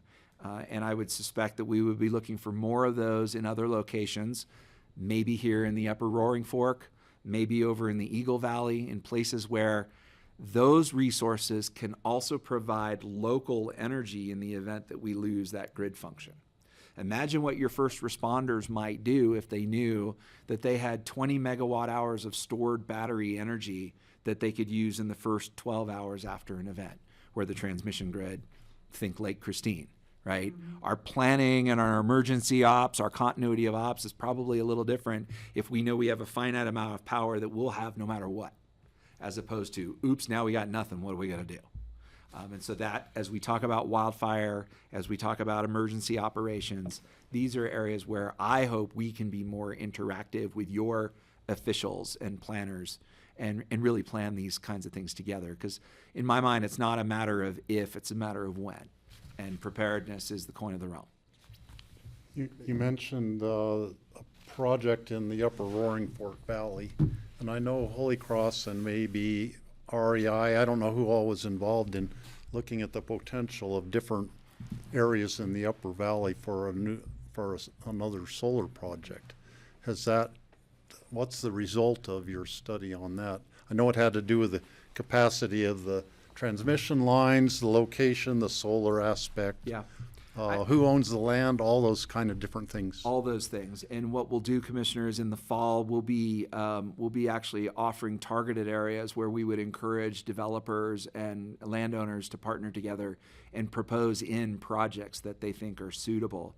And we've spoken with our community partners, including CORE, to make sure that they're aware that this is coming and that now would be the time to start putting together those partnerships and those agreements for us to consider. Yeah. One of the easiest things that we could do, and I know we were here a few years ago saying at that time, we didn't really see it, but you've got the 5 megawatt solar farm over here next to the airport. There's space available there. You could put in some battery storage or some other storage resources and turn that into one of those, solar plus storage projects that become immensely useful, not only for blue sky operations, but also for the fire sky days. Yeah. And I know my successor, Jeffrey Woodruff, who will be taking my seat in January, lives on Gateway Mesa. And we've looked at the BLM land right behind there that's south facing as potentially a really good site for, another solar thing. I don't know anything about the power lines there, but I'm sure that's in Jeffrey's idea, something that needs to be done. And it's a project I would probably be able to see it from my house, like 5 miles away. But I look forward to that if that ever gets built there. Well, and the challenge, Commissioner, is when we start looking at projects that are on federal lands or even state lands, the permitting process it's better, but it's not inconsequential. And so It's getting better. There are some federal initiatives to try to streamline that, but I'll tell you, we've been dealing with the National Environmental Policy Act, the NEPA permitting process now on a transmission line segment over in the Eagle Valley, and I think we're 7 years into the project now, and we're still not even at a point where we've gotten the federal permits, let alone the local permits, to move forward. So if we could find private land to do the same thing, we'd be better off. Yeah, Especially with the new bill that just came through the state. in general. Okay. So, but I do want to kind of put a little bit of a damper on let's do solar everywhere, because we're already seeing challenges with too much of a good thing during the midday solar peak. And as this chart shows, and this was a model run of our power supply mix from last fall for, basically a couple weeks ago. We haven't verified that it actually was this way. But it's kind of more of a cartoon example of what we're facing more and more these days, where we've got too much green and yellow, wind and solar, during the midday from about 10 a.m. to about 8 a.m. And the pink and the gray are the wholesale power suppliers that we have to rely on. And again, that's coming with a carbon footprint, right? The green and the yellow and the blue are not, right? And since that model run, we don't have the brown at the bottom anymore, as the biomass plant over in Gypsum has ceased operations, so you can shift things down. The point is the same. There are going to be times a day where we got too much. There are going to be times a day where we don't have enough. And this is for the entire system. You can think about that also being the case locally, that we may have local imbalances as well. And so our role really becomes one of balancing, kind of like the wholesale transmission utilities balance, the California ISO, the Western market. We're going to have to do that increasingly locally, and that is that great opportunity for local distributed energy resources to really help stabilize and balance a highly renewable grid. And that takes it down not only from the larger project like solar and storage at our solar farm, but personal, the Power Plus thing you talked about. I had one thing I wanted to throw out about Power Plus. I've looked at it. I'm concerned that I might sell my house sooner than the payback would come, and I'm trying to figure out the economics on that. And I'm sure you all thought about it, but is it structured flexibly with enough flexibility for, say, older homes that haven't, that could use the service but aren't are optimized? I'm trying to figure out where the sweet spot is and if it actually is a good investment, because I'm not convinced a new buyer of an old house is going to pay a lot for a battery. So 10-year-old battery. We have had a couple of folks that were able to add what they felt was a fair price to the sales price of the home. But it is something that we're talking about. How do we make sure that, or do you pay us for the batteries and pick them up and take them with you? Or something like that, yeah. I'm glad you're here thinking about that. Great. So it's a flexible program, but this is the distributed Power Plus storage. But let's be clear, Commissioner. I mean, we as homeowners do lots of things that have a big payback. We add on a new bathroom, or we refinish the basement, and we expect that there's going to be some value for that at resale. And I think we need to look at solar panels and batteries and even electric vehicle chargers and other things increasingly through that lens. Right. That you may make an investment in a solar system that is a 20-year or a 15-year investment, knowing that you're only going to be in the house for the 5 years. And then it's a question of, does the buyer value that in a way that allows you to complete that transaction? And I would say the batteries through Power Plus, we've got them kind of nominally a 10-year life. And so the payback for that is roughly really quick, 10 years. And I hesitate to lean into this, but here again is another way in which we have to really change our thinking. Back in the day, when we didn't have a whole lot of clean energy on the system, we were willing to reward people for investing in solar on the rooftop because it was a deemed good thing. And we wanted to reward their leadership, and we still do. But nowadays, when we've got a system that's approaching 100% renewables, we have to trade off the process of the costs and the opportunity associated with solar on your rooftop or my neighborhood or our service territory. And they're not the same. And so maybe the way in which we looked at rooftop solar and storage as more of, I'm doing this for the good of everybody else, now it has to be, well, I've got to do it because it makes sense for me, because the rest of the grid is clean, and I know that if I kind of put my excess onto the rest of the grid, not only me, but my neighbors are now having to manage that, right? It's a different way of thinking about it as a resource in the commons, as opposed to where we might have been, which is, I'm doing a good thing by putting solar onto the grid because I'm displacing coal. I don't know that that's going to be true for much longer. He's starting to go off on us here. He's up here, right? That's good, though. Okay. Look to me for the number. Steve, Y'all are very thank you, educated Brian. on this, so I can, Yeah, I know. Brian, you mentioned we're approaching the 100% renewable. Well, we're moving the goalposts too, because as buildings are electrified, as cars are electrified, transportation system, we're making the 100% is going to be a lot more demand than we have right. now. That's right. So And we still are gonna need more of everything. We're gonna need more renewable production, and we're gonna need more storage. And it looks like on this chart, if you lop off the stuff above the red line, that just about would fill the purchase stuff underneath. So storage could take care of lopping all of that off, ideally. That's right. And that is why storage is one of the columns here in this flexibility supply curve. So is demand response, so is new flexible generation like the solar plus storage, or even something like a geothermal project, which could be ramped up or ramped down. So is what the chairman referred to as transmission expansion, transmission. All of these are tools in our toolbox.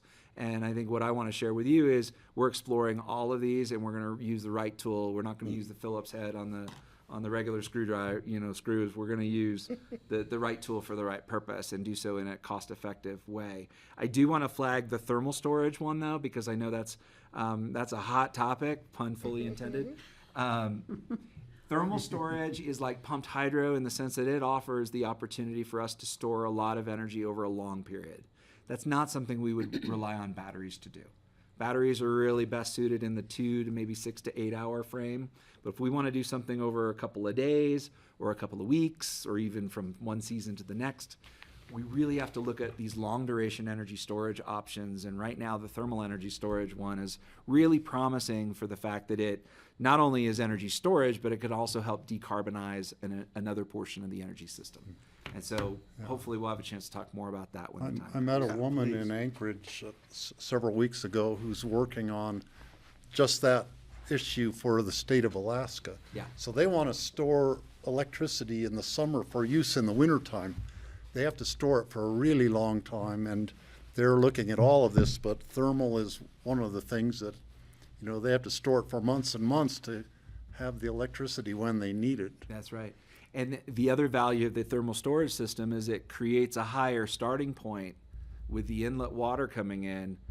It creates a higher starting point for the heat pumps so that we can preserve their operation at higher levels of efficiency. If it's 50-degree water coming in versus 10-degree air with an air source heat pump, the questions that we have around heat pump performance in the coldest winter months are kind of negated by that. Right. So there's a lot of attractiveness.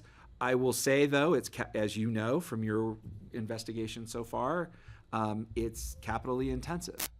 And so here again is a question of, okay, what is the right role for all of the folks involved? And that's something that the Holy Cross Board is already and will be thinking about more seriously as we go through the summer months and look at our strategic plans and where we want to go next. Right, great. Okay, I don't want to So, sidetrack anymore. This is great, again, though. this is another way like of it. saying that distributed resources, all the things that we're plugging in and building into our buildings can help the grid. The net effect of these DERs is to take them from the net load, which is this darker blue line. I don't know if you can see the hand on the screen there, but see that dark blue? We can take that and make that the green dotted line here. And I'll just point out that the benefit to the utility is that our infrastructure loves to operate more consistently. Right now, we ramp it up and down.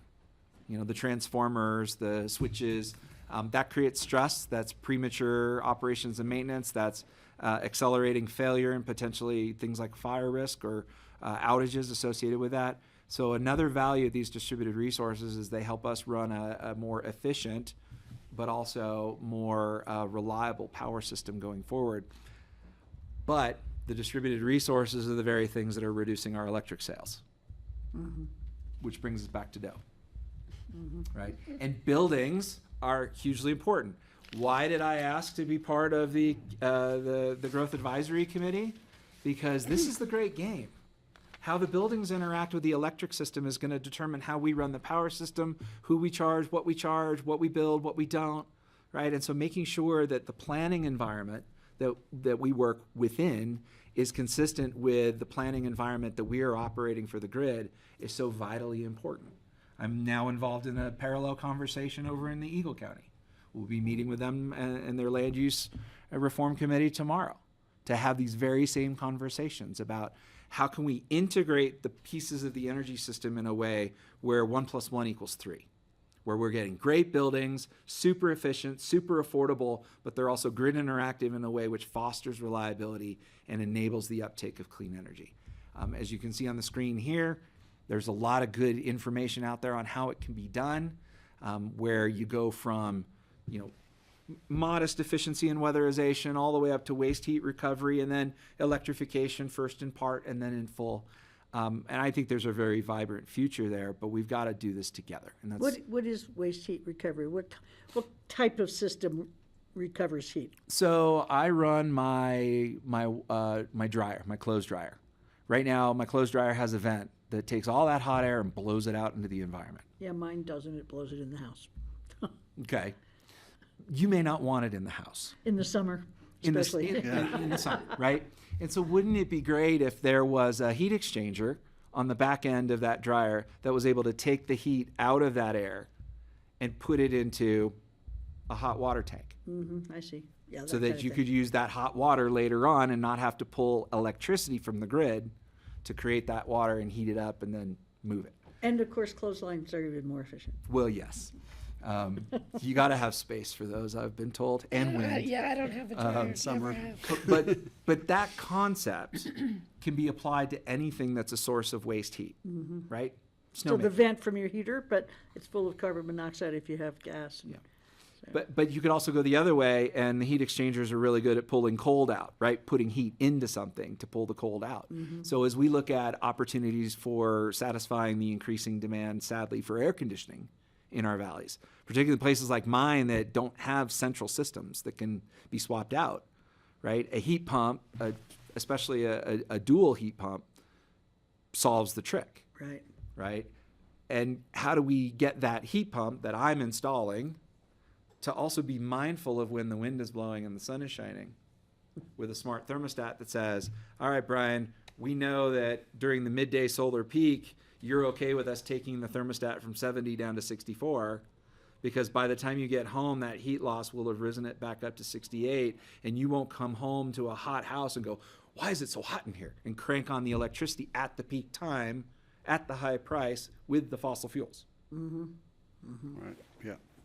So there's lots of potential. And again, I come back to the thermal network because you can get it from the washer and dryer, you can get it from the snowmaking, you can get it from the industrial process, you can get it from almost anything. And that waste heat is injected into the atmosphere, and we're basically throwing that energy away when in fact we could use it again and in effect recycle it and have even more efficiency. And so this is something that we'll look forward to having a few conversations with those that are designing, planning, thinking about these. We're looking at the thermal network in the context of our microgrid project at the AABC. That was incorporated in the design there.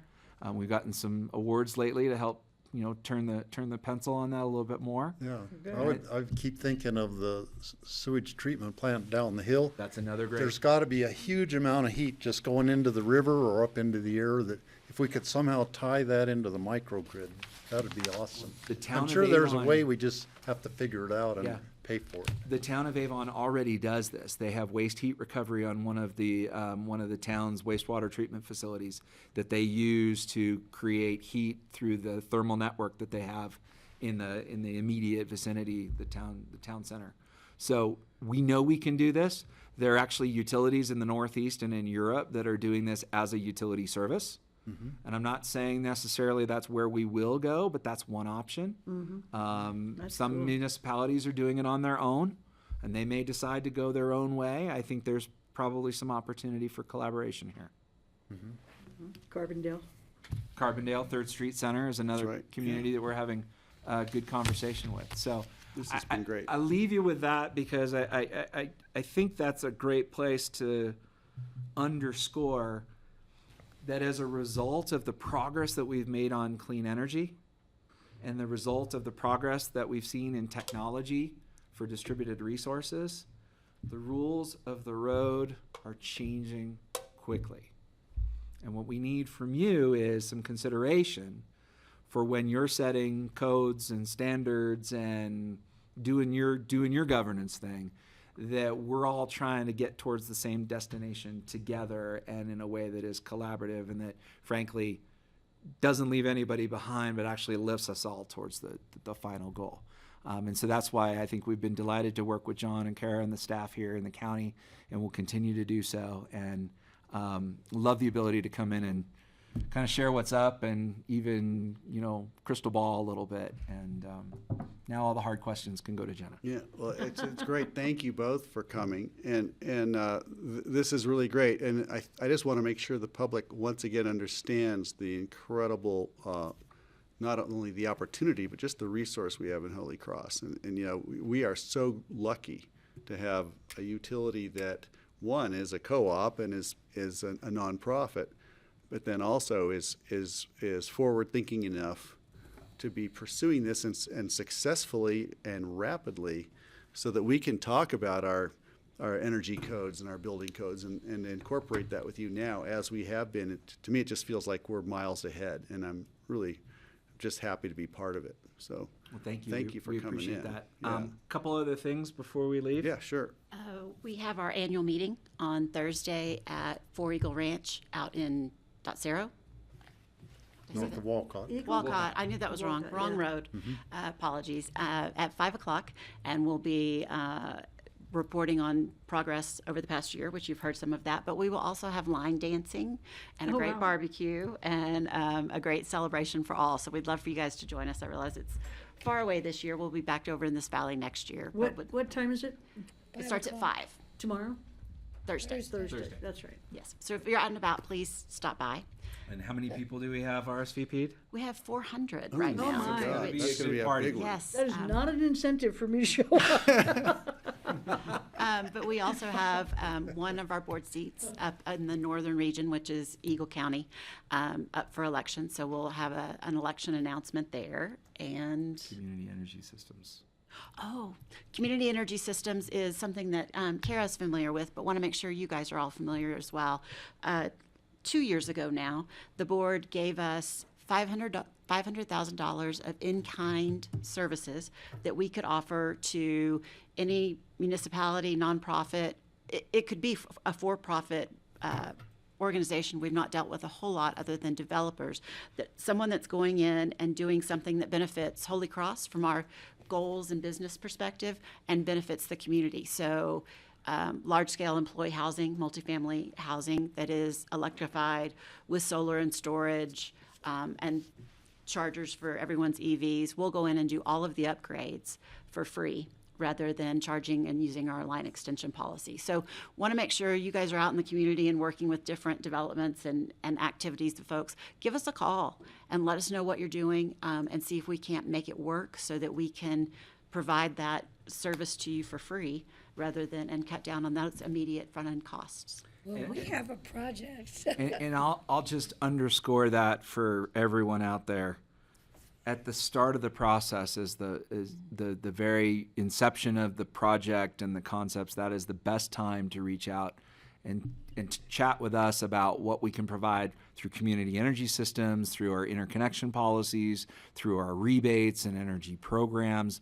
By the time something gets to P&Z, and certainly by the time it gets here, it's too late for us to generally step in and do something that is compatible with the project's aims, but also compatible with what we need. So I would just say, to the extent that you become aware of new developments or big retrofits or those kinds of things, like, have you called Holy Cross? Because a lot of times, aside from stalking the agendas and trying to get ahead of them ourselves, we don't know what's going on in the community unless somebody reaches out to us. And there's so much that we can offer these days as we try to move forward with our programs. Well, and we keep track of grants that for EV charging and all the different things. So we have a great staff, and I would just recommend, no matter what it is, give us a call and make sure we can't help. Got it. And you're in touch all the time with CORE. You're in touch Yes. with our energy. Yeah, and we- all codes, and all the yeah. rebates. So we're really good Yeah. about being able to stack rebates in addition to CES funds, in addition to Right. charging grants or whatever it is. So we've got a great team that really has a good eye on what all is going on. So take advantage of us. That's what we're here for. That's great. Thank you. So We're gonna have to wrap it up. one Go other ahead. thing which we could do a whole other meeting about it is you're getting into telecommunications with the fiber optic line. And I'd love to learn more about that, but that's for another time. Yeah, let's dig into that offline. We are in the middle of a 5-year-ish, with all the supply chain, and it's quickly becoming 7, project to put fiber along our entire backbone distribution network. Some of that is for our own purposes to allow us to be more resilient from an operational perspective. Smart grid kind of connection. You But a need lot that of for- it is also to be able to talk to incentivize and encourage all these distributed resources, and to create some local energy resilience as well. So we've completed phase 1 over here in the Roaring Fork. We've got phase 2 in the Eagle Vale Valley squared away for sometime this year, and then we've got a phase 3 which will connect the two as we start to build that network together. And happy to chat offline about that. Right. Well, thanks for coming in. Really you for appreciate. having We us. need to Thank you move for your on. time. But Yeah. thank you for Thank you coming for in. having I me would- with, I Jonas, enjoyed with this. you. And I would just have to say, he briefly referenced it, but again, having Brian as part of the growth committee, who even as of last night are still committed and going to keep us on track and to be that innovative piece of pushing us of how we create really innovative building for the future. It's an amazing asset to have Brian and the whole Holy Cross team as part of all of our climate goals. So just thank you for all that you give to the communities as well. Back at you, Kara. And You've they're got calling it a lot of work. reform in Eagle. Well, I may have used the R I'm like, revisions, review. You're going to reform school tomorrow night? Are you? Am I? Maybe, I don't know. Well, thanks again. Thanks, it's good to see you both. Thank you. Take care. Good to see you all. I need about a 5-minute break, and I apologize to everybody me who's here. too. So we're gonna come back at Scheduled for a 2:10. break anyhow. Oh, we are. We are scheduled. Oh, we'll be back at 2:15. Thank you.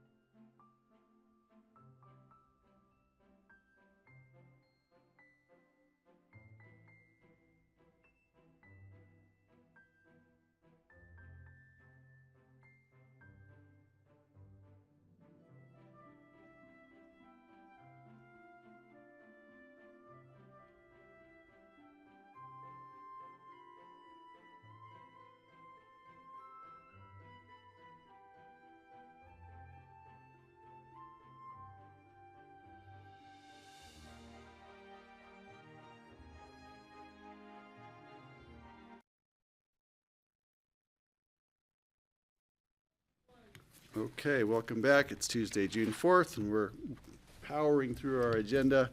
Up next is the second quarter budget supplemental request and budget update, and Connie is here with us. Good afternoon. Welcome. Connie Baker, Pickens County Budget Director. And we have a number of requests to present to you today, and then we'll follow up with first reading next week on June 12th. And we have the sheriff's office first, but I don't see anyone from the sheriff's office here, so I think we will move to dispatch and then circle back to the sheriff's request. Or do we have anyone on? I could push the panic button. We'd be I've done. never done that. I've died to do it. Parker. I'll tell you, we'd be done by the time they got here, so. Oh, no, that's presenter. No, haven't No, seen. I thought I We saw have it. people who do Anybody. that sort of thing. Well, I know, but So I could no. be one of them. just Lindsay right now. Okay. Okay, so All right. that's fine, Connie. Do as you choose. So let's skip ahead, and Brett, if you wouldn't mind coming up. Okay, Brad's on deck. What? Oh, I thought you were gonna bring the dog with you. Took the He's got a dog. lot to say usually. Welcome. Pretty tired. Good to see you. Me too. You have your dog, but not in the room, though. Dog's right there, Oh, such a oh, good oh, I dog. didn't see her. Yeah, Oh, right great. there. Wow. Well behaved, better than mine would be. Okay, ready to go? Go ahead. Oh, okay, sure. So we have three supplemental requests that are using E911, emergency 911 funds, to add to our budget this year. The first piece is to pay for a consultant who's already been retained by Carbondale Fire and Rescue. And they are looking at our paging process, not only within Pickens County, but within the comm center over in Garfield County, and how we dispatch the fire districts that are on the county line, county border, specifically Carbondale and Roaring Fork Fire. When we started this, it was really a Carbondale Fire kind of project, but as we get into it and start seeing some of the recommendations, we see that it affects Pickens County and really all of our paging methods. And so the comm board voted to pay for 50% of the project because they'll see benefit, the Pickens County projects. They'll see a benefit as well. And now my well-behaved dog is whining at me. So any questions on that one? Questions? Nope, No. not for me. So, Steve? yeah, the payment is to Carbondale Fire, 17,500. Then we get the revenue. So is Carbondale Fire, are they kind of managing the system, or are they the fiscal agent for the system, or how Well, is they're that? just funding this particular consulting project. And so Mission Critical, the consultants are billing Carbondale Fire, and then we would just pay Carbondale Fire to pay the consultants. Okay. Great. Okay, let's keep moving. All right, our Aurelian phone attendant is an automatic software that we are implementing at Aspen PD. Basically, it's for lack of a better term, it's a phone tree, but it is more than that. It's backed by AI technology, so it's more conversational. It directs easily, without having to go through a phone tree. You just state what your issue is, and it figures out where it needs to send you from there. The nice thing, one of the benefits of this is our hope is to expand this to all of our user agencies.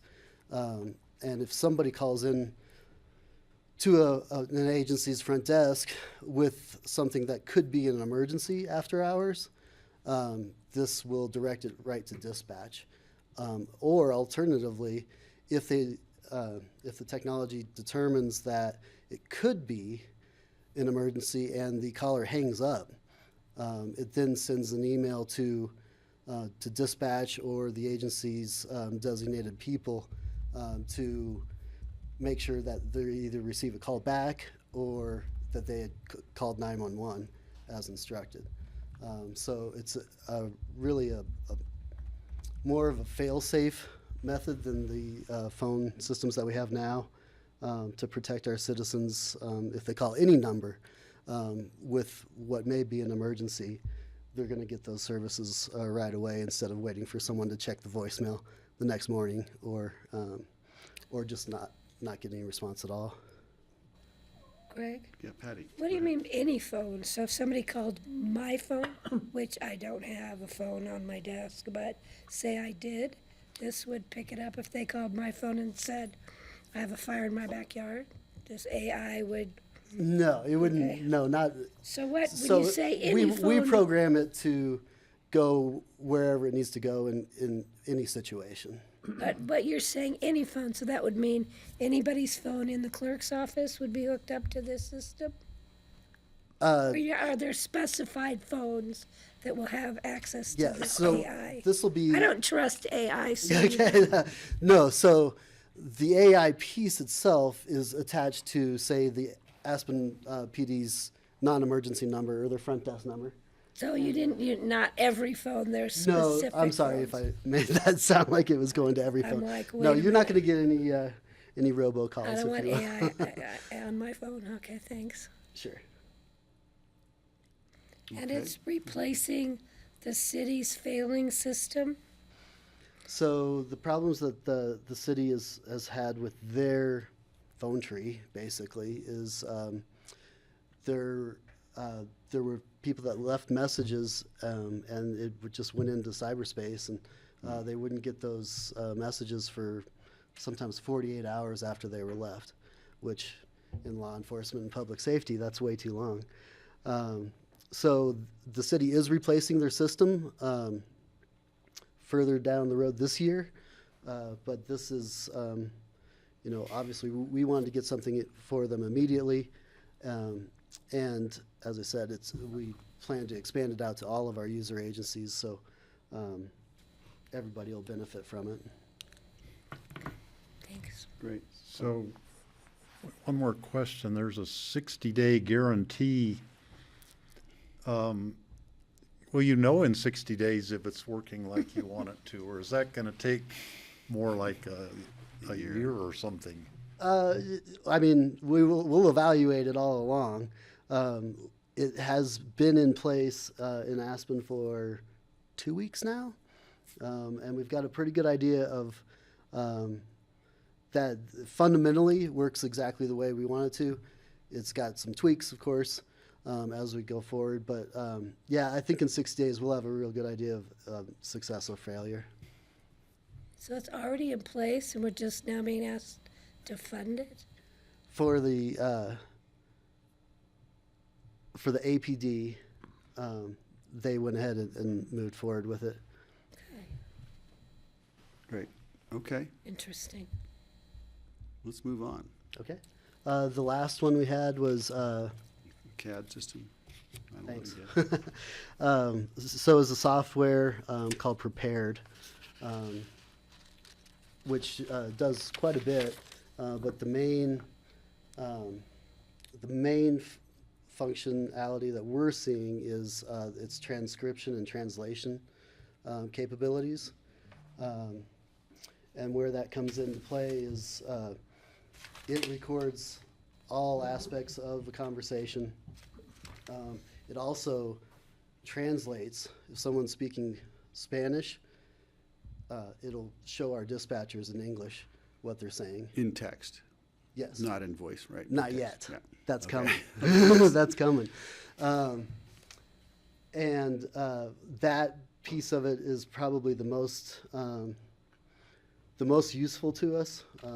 We're testing it out with our Spanish speakers now that we may not even have to do what we do today and call a whole other translation service. And the Right. nice thing that we're learning about that is it also gives us a way to quality control the translators that we get on the phone, because we're seeing what they're asking the people in English. It's a very useful and beneficial technology for us. Excellent. Great. Questions? I think we keep moving. Thank you. That's it. Thanks, Brett. Thanks. We'll go back to Let's go back to the sheriff. Thanks, The Brett. sheriff and gang are Back to here. the beginning of our packet. The troops are here. We've got a big chunk of your on-duty staff here today. Welcome. There's more out there. Okay. Yeah, there's more for sure. Do you want me to just start off? So, back in 2021, we purchased a series of ballistic plates, and the plates protect the officers and deputies when they're responding to an active harm or situation that would involve firearms. And it keeps, Parker has a plate. It goes in the front and it goes in the back, and it protects them I thought it was like a shield. Yeah, well, we have the shields It too. is, But and it's just they have the regular body armor. This is for that oh my gosh call. I need Additional. something heavier. it's Yeah. additional protection. And And just for the Pass it record, around. we should just announce names. Yes, so sir. we know Alex that you- Burchetta, I'm the undersheriff for the sheriff's office. Parker. Parker Lathrop, Chief Deputy Operations. Michael Buglioni, Pickens County Sheriff. Glad you're all here. Thanks. Okay. About 3 weeks I think ago, you should we wear this were Next time you ride your bike down to Carbondale. On Shale Bluffs, definitely. About 3 weeks ago, we were made aware of a situation involving the plates that we had purchased back in 2021 that essentially they were found through an investigation of the Department of Homeland Security and the FBI Jeez. to be made with counterfeit materials. Oh. We don't know for sure that the plates that we purchased were part of the lot and the manufacturing process that involved the counterfeit materials. However, we're not willing to take that risk, and we certainly can't take that risk. And I think you probably understand that we have to provide the best equipment and the equipment that's going to keep the officers and deputies safe when they're responding to these calls. Can you test them? We're going to. Yeah. You have one on the front, one on the back. Correct. Yes. But how do you move? So they're actually pretty easy to move in. Yeah. They just go over. The carrier that it's Yeah. in. So heavy. Yeah. I'd be standing perfectly still. But you have to get on foot and you're chasing somebody who's not wearing that. Yep. Well, at You least have they're to not be in shooting good at you shape if you're then. chasing The them. deputies would have to be in good shape to. True. They are. They are. So those are reserved for high risk stuff. So Right. So active shooter situations, that's When where you're those come in out. it. They're not the day in, day out. They're Right. there for the most extreme. And they slide in behind. So that's something you have with They you. go in there. It's not- You're not wearing it all the carrier. time. Take Colder, a I'm pick sorry. them on. Well, I hope you never have to wear them. Here, I'm gonna give Thank you you. this. Same here. Alex, I'm gonna give you. Thank you. Appreciate that. I think I need it you. sitting here today. So is this the model you're looking at to replace? Or is Yes, that that's the old one? counterfeit. Yes, that's the old one. That's the old So we one. have a pile of them. Right now, we're in a moment in time that we don't have extra protection for our deputies. So that's why we're here. Got it. So we have a pile of those on our table in our patrol room. We're trying to retrieve them back from all the deputies. And then we're not being told to do anything with them just yet, so like for a lawsuit, because the company went But if bankrupt. something came up right now, you could resort to using these in the interim. We have until the- Test them additional first. products that we can use to keep the deputies have safe. shields. Make We have sure we're shields. safe in the Right. interim. Yeah. I don't know if I'd feel comfortable saying, go in there.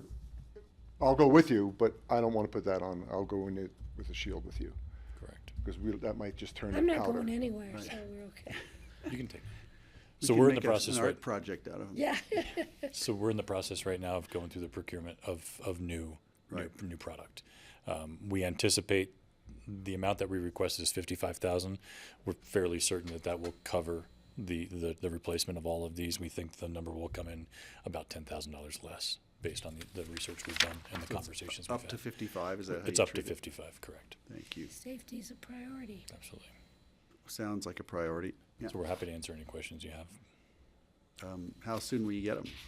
The lead time is about 8 weeks, I think, 8 to 10 weeks, Parker. So that's the challenge. The companies we're talking to, not only are we looking for the right product, we're looking for that delivery time. Right.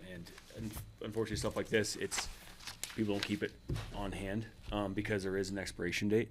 So once they make Expire. Correct. the clock starts. So Interesting. Okay. Wow. Yeah. Great. Thank you. Fine. Is there something else on there? Or is that Nope, it? that was it. Oh, well, Thank thanks for all of coming. you for coming. Thank you. Thank you. Thanks for having us. Thank you. Thanks for the Thank explanation. you, gentlemen. Nice to see you all. Thank you, same here.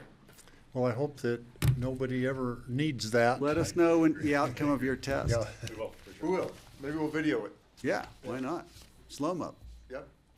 Okay. We got lots of them. Thank you. Okay, Connie, who's on deck Let's next? Let's Do see. we have Jeff Kruger online? Great, Is Jeff here or he's online? he's online. Great. Hey, Jeff. It'll take a second for him to Oh, rejoin. he'll come on.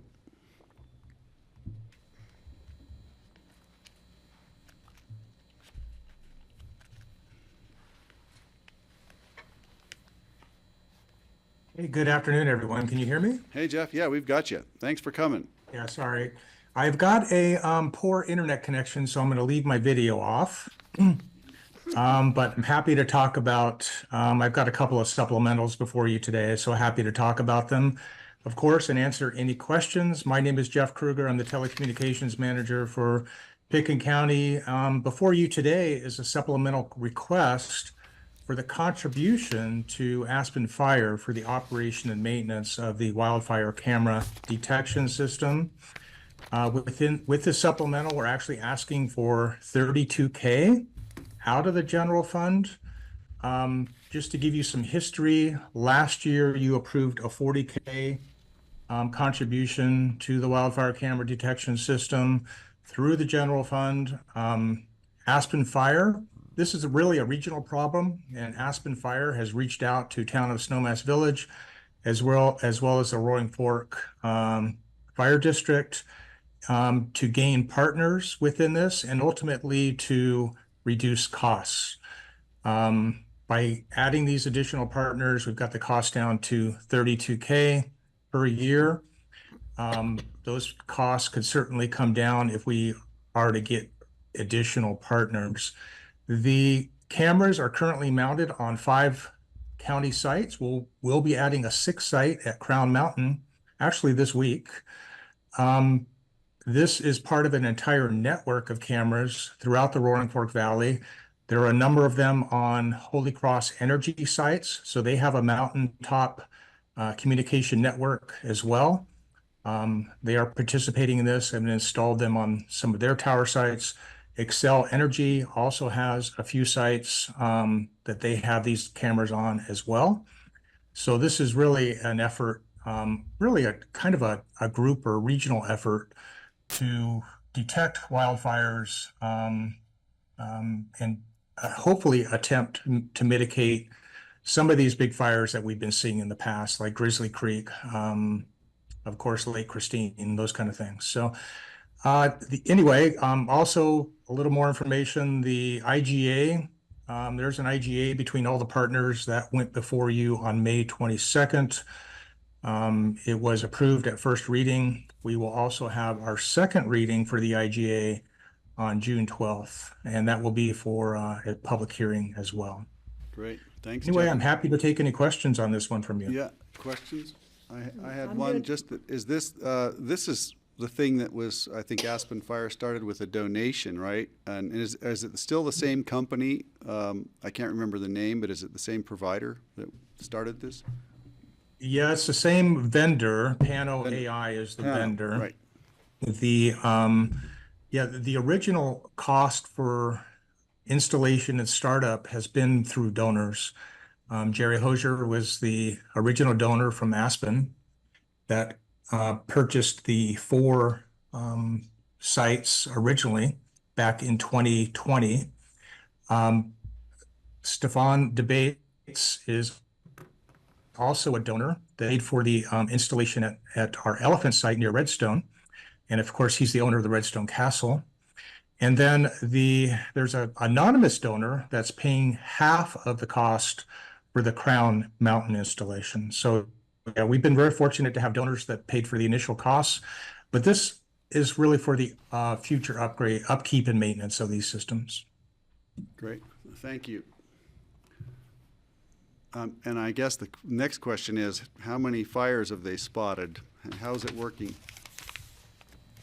Yes, it's they've spotted some basically brush fires along Highway 82. Of course, those were immediately reported because there's just so much traffic on Highway 82. But unfortunately, we've just not had, a wildfire instance in our valley since these have been installed. So these are, these are really an additional measure for areas that are within our rural district, which are, of course, difficult to see, and we don't have many people. So Right, right. We've got proof of concept from the highway, though, so it seems like it we works. do. Yeah. Yeah. Thank you. I don't know if we have any questions. We can just keep going. I thank you for that info. You're welcome.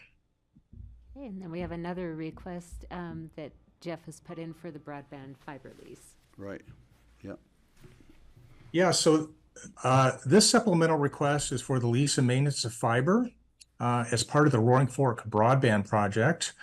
I know you just had a meeting with Holy Cross Energy, and Brian briefly discussed their telecommunications initiatives, but this is really part of that. So Holy Cross has built out their first phase of fiber from Glenwood Springs to Aspen. It's 40 miles of fiber, mostly along their power poles. Some of it is underground. But we are building on this network. Holy Cross, of course, is wanting to recoup some of those costs. They are leasing fiber. We, in turn, will be leasing 6 strands of fiber for the Roaring Fork project. 2 of those strands are going to be an expressway 100G circuit going from Glenwood Springs to Aspen. The other 4 strands are going to be connecting county buildings along the way, to include River Park Center, the Southside facility in Basalt, the landfill. They're also going to be connecting some City of Aspen locations, to include Cozy Point Ranch, Brush Creek Park and Ride.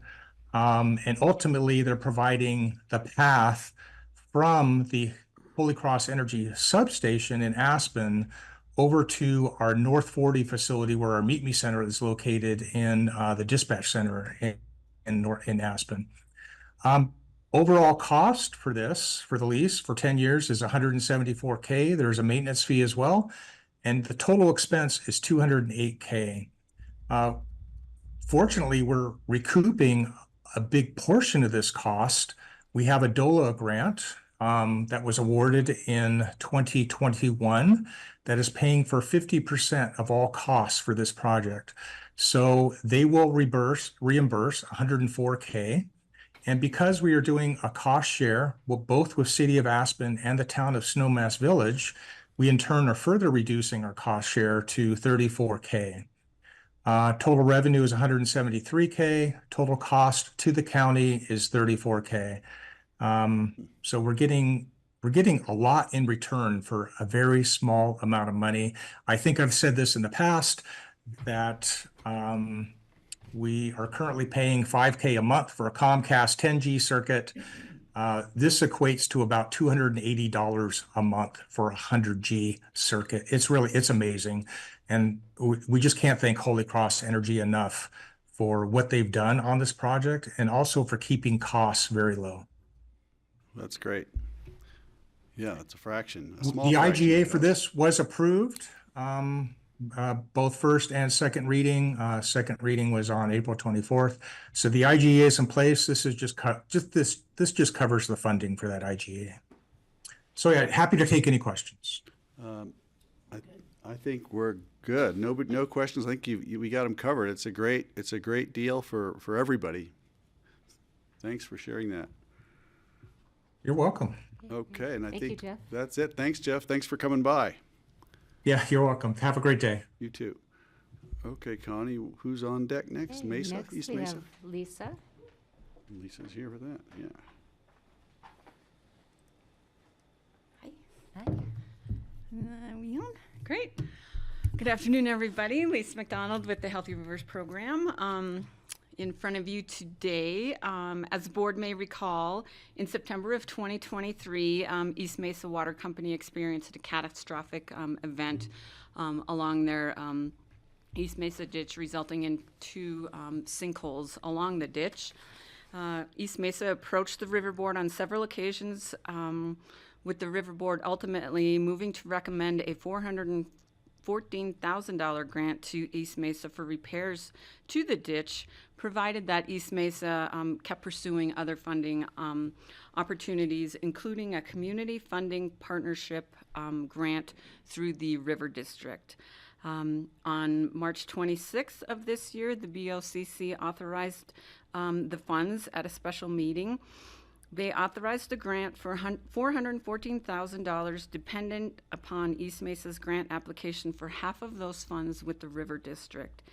East Mesa was successful in obtaining that other portion of the funding from the River District in April of this year. So we are here to supplement our grant line item for $207,000 of that $414,000. Alrighty.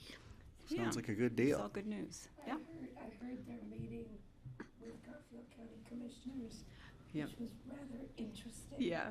Richard attended that one. Mm-hmm. So they were successful in getting the grant. Please The East Mesa Ditch Company congratulate met with them. the county commissioners, and what happened? Had a long discussion about climate change. And how, climate change happened before human beings had ditches, when dinosaur era and volcanoes and. Wow. Sinkholes were part of climate issues concerned. And the repair of the ditch was not their responsibility? Yeah. Not successful in seeking funds from Garfield. Right. But they did receive that grant, and please congratulate them. Yep, And from thank River them District. for going out and finding a match for us. Yeah. That's great. Yeah, that's great. It makes it easier to swallow. Mm-hmm. Yeah. I don't have any questions. I think we covered that pretty well. Thanks, Lisa. Yeah, sure. That's That it. was Boy, easy. all Great. that for, Thanks, guys. you came all the way down here just to. Yeah. Okay, Brian's on deck. Are you up next? Yep, we've I got think it's Brian. Redstone Ranch.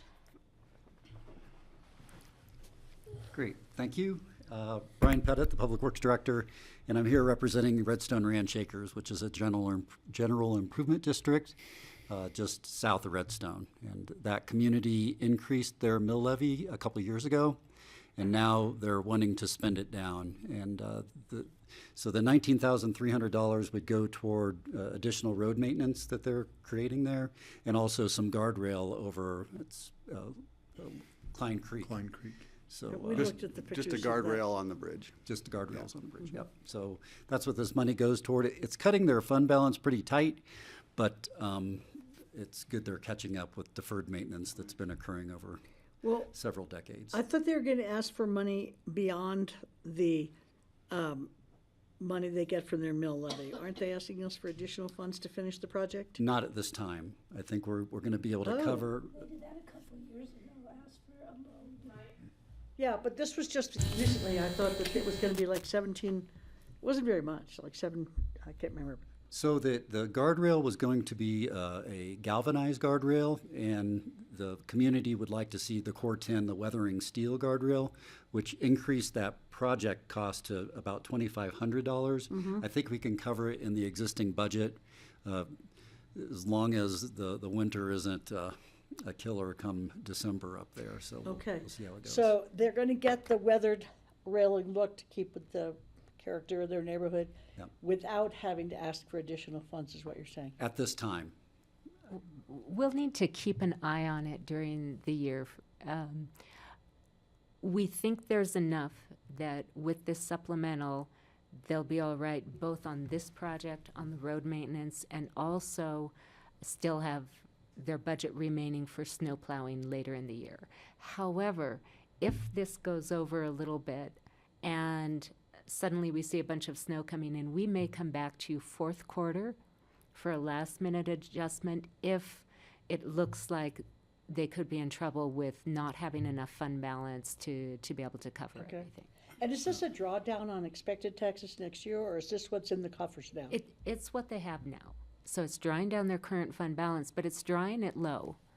So it's at the point where if we see in November, when we'll be doing fourth quarter supplementals, that there could be an issue that we risk overspending, we could be back to you for, and I don't think it would be a very large supplemental request at that point. And that would be just from our general fund, or would that be a drawdown on next year's mill rate? It would be from the general fund with the anticipation of it being paid back Oh, right Reimbursed. away when they're, Okay, I get it. their next year's property And they're tax expecting payment. more money next year, right? Because of, yeah, okay. I have a question just regarding, they probably don't like the look of whatever, was it stainless or something, and they want to do Core 10 instead. It's just, we should note that, is that the case? And how much more expensive is the Core 10? It's really an aesthetic thing. It It's is. not about quality or safety or anything else. So it's an aesthetic. We're trying to make it look old. Some people used to like to make it look new. It's just kind of funny. Yeah, So- well, get with the program now. So the galvanized steel, Yep. it's shiny, and it, looks more urban, and so this will look more It's rural. like $2,400 difference, Yeah, right? it's, yeah. Yeah, We- I just wanted to make a note that we understand that, because it just seems like, well, if their budget's tight, that's kind of an interesting aesthetic reason to do it. But hey, they're the ones who have to live with it, right? So, Brian, this doesn't have anything to do with the structural problems with the Klein Creek Bridge at all.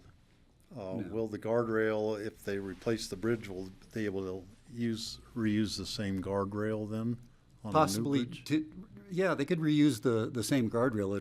It could be pulled off and reapplied to a new structure. Yeah. But we're comfortable with the status of the bridge safety right now, Yes, correct? that's Yeah. correct. It was just that the railing fell off last year. And so I think that was what was unsafe about that bridge. I thought the structure of the bridge was okay. Well, It's an old structure. It's kind of, Funky, it's funky. That's funky for sure. yeah, but we did have it looked at by an engineer, and it seems to be holding together, so. I mean, a stainless steel rail on that would look a little weird. It's so funky. Okay, I guess the engineer in me kind of comes to the surface. I think, what the? But whatever, go ahead. I could go out and spray it with, vinegar or something. Oh, It really, would- Greg? Come on. Okay, I sounds great, Brian. Okay. Thank you, Well, Brian. thank you. I'm glad it worked out. All righty. Up next, we have got something we have the from airport. Airport, yeah. Come on down. Hello. Hello. Welcome. Thank you. And Diane. We have Dan behind today. I know, I'm like, Excellent. where's the Deputy Airport three Director. musketeers? He left us today. Well, good afternoon. My name is Ebenezer Henry. Great the to meet Aspen you. Airport. I work as a airport credentialing specialist. And we're here today to ask the board to approve us for an additional $286,000 from the airport's unrestricted funds to upgrade the airport's identity management system. To upgrade the airport, what? The airport's identity management system. Identity That's management. IDMS, identity management. IDMS. Got it, okay. Yes. Thank you. Okay.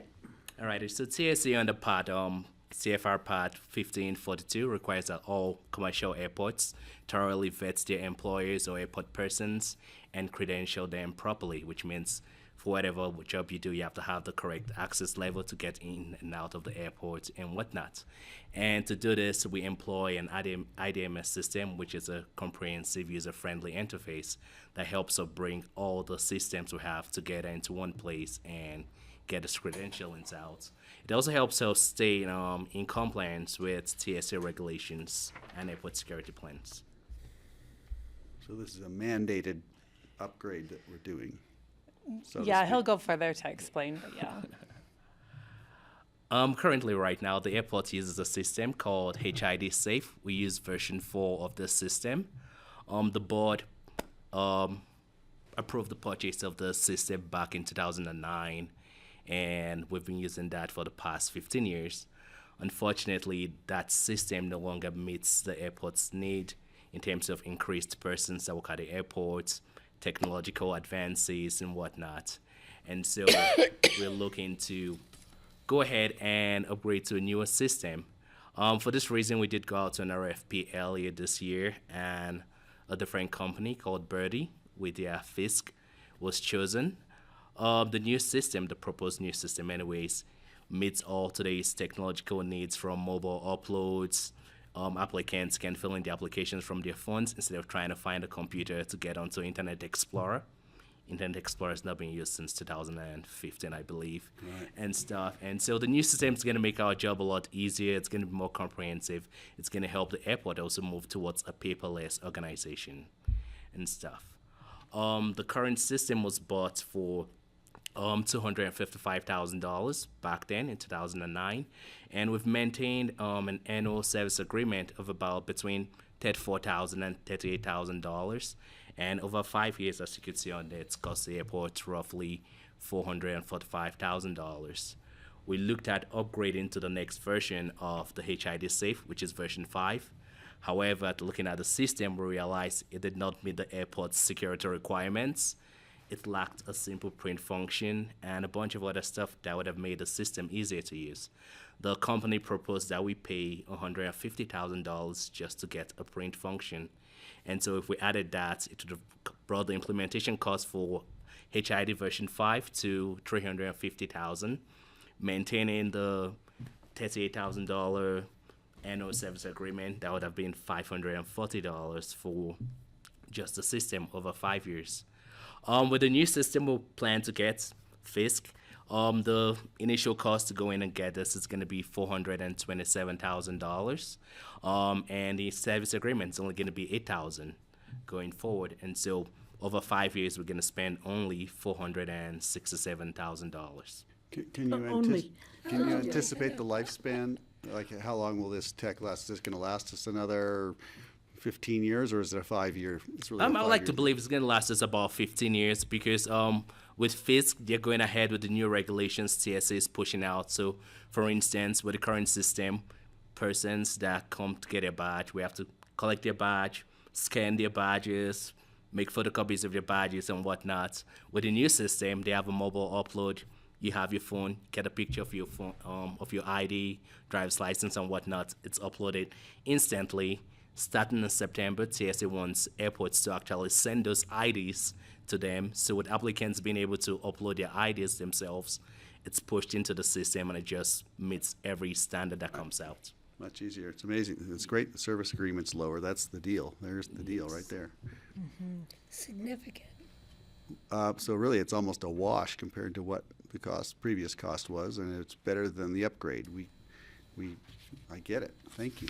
Well, it's a wash after 5 years. Right, after 5, yeah. After 10 years, Yeah. huge cost saving because it's Yeah, $30,000 a year difference. So 10 years as is long a as long they, time. as long as the 8,000 a year is what they keep with, maybe they have to raise their rates at some point. I don't know. Yeah, I was looking like with the current system since 2009 up until date, we've spent about $920,000 on just that system. If we go with the new system over the same 15-year period, it's going to be only $547. And are you contracting for an $8,000 annual service agreement for 5 or 10 years, or could that go up rapidly? So the way the county writes the proposal and contracts, we kind of put it into 5-year increments. So we're set for 5 years, and it will renew every year. So the first year is on there for about $8,000 with a chance to renew for 5 years. And then the following year, we go in and increase that again for the next 5 years. And so I think we're going to be locked in at around that rate, nothing seriously up or down. Great. Thank you. Thank you. Thanks for coming. Diane. That was a great And I presentation. love the name Ebenezer. Thank It's a you. great presentation. Have a Thank good you. day. Yeah, you too. Thanks for coming in. Okay. Okay, next we've got Lindsay Maish on the line. And Kelly, maybe? yes.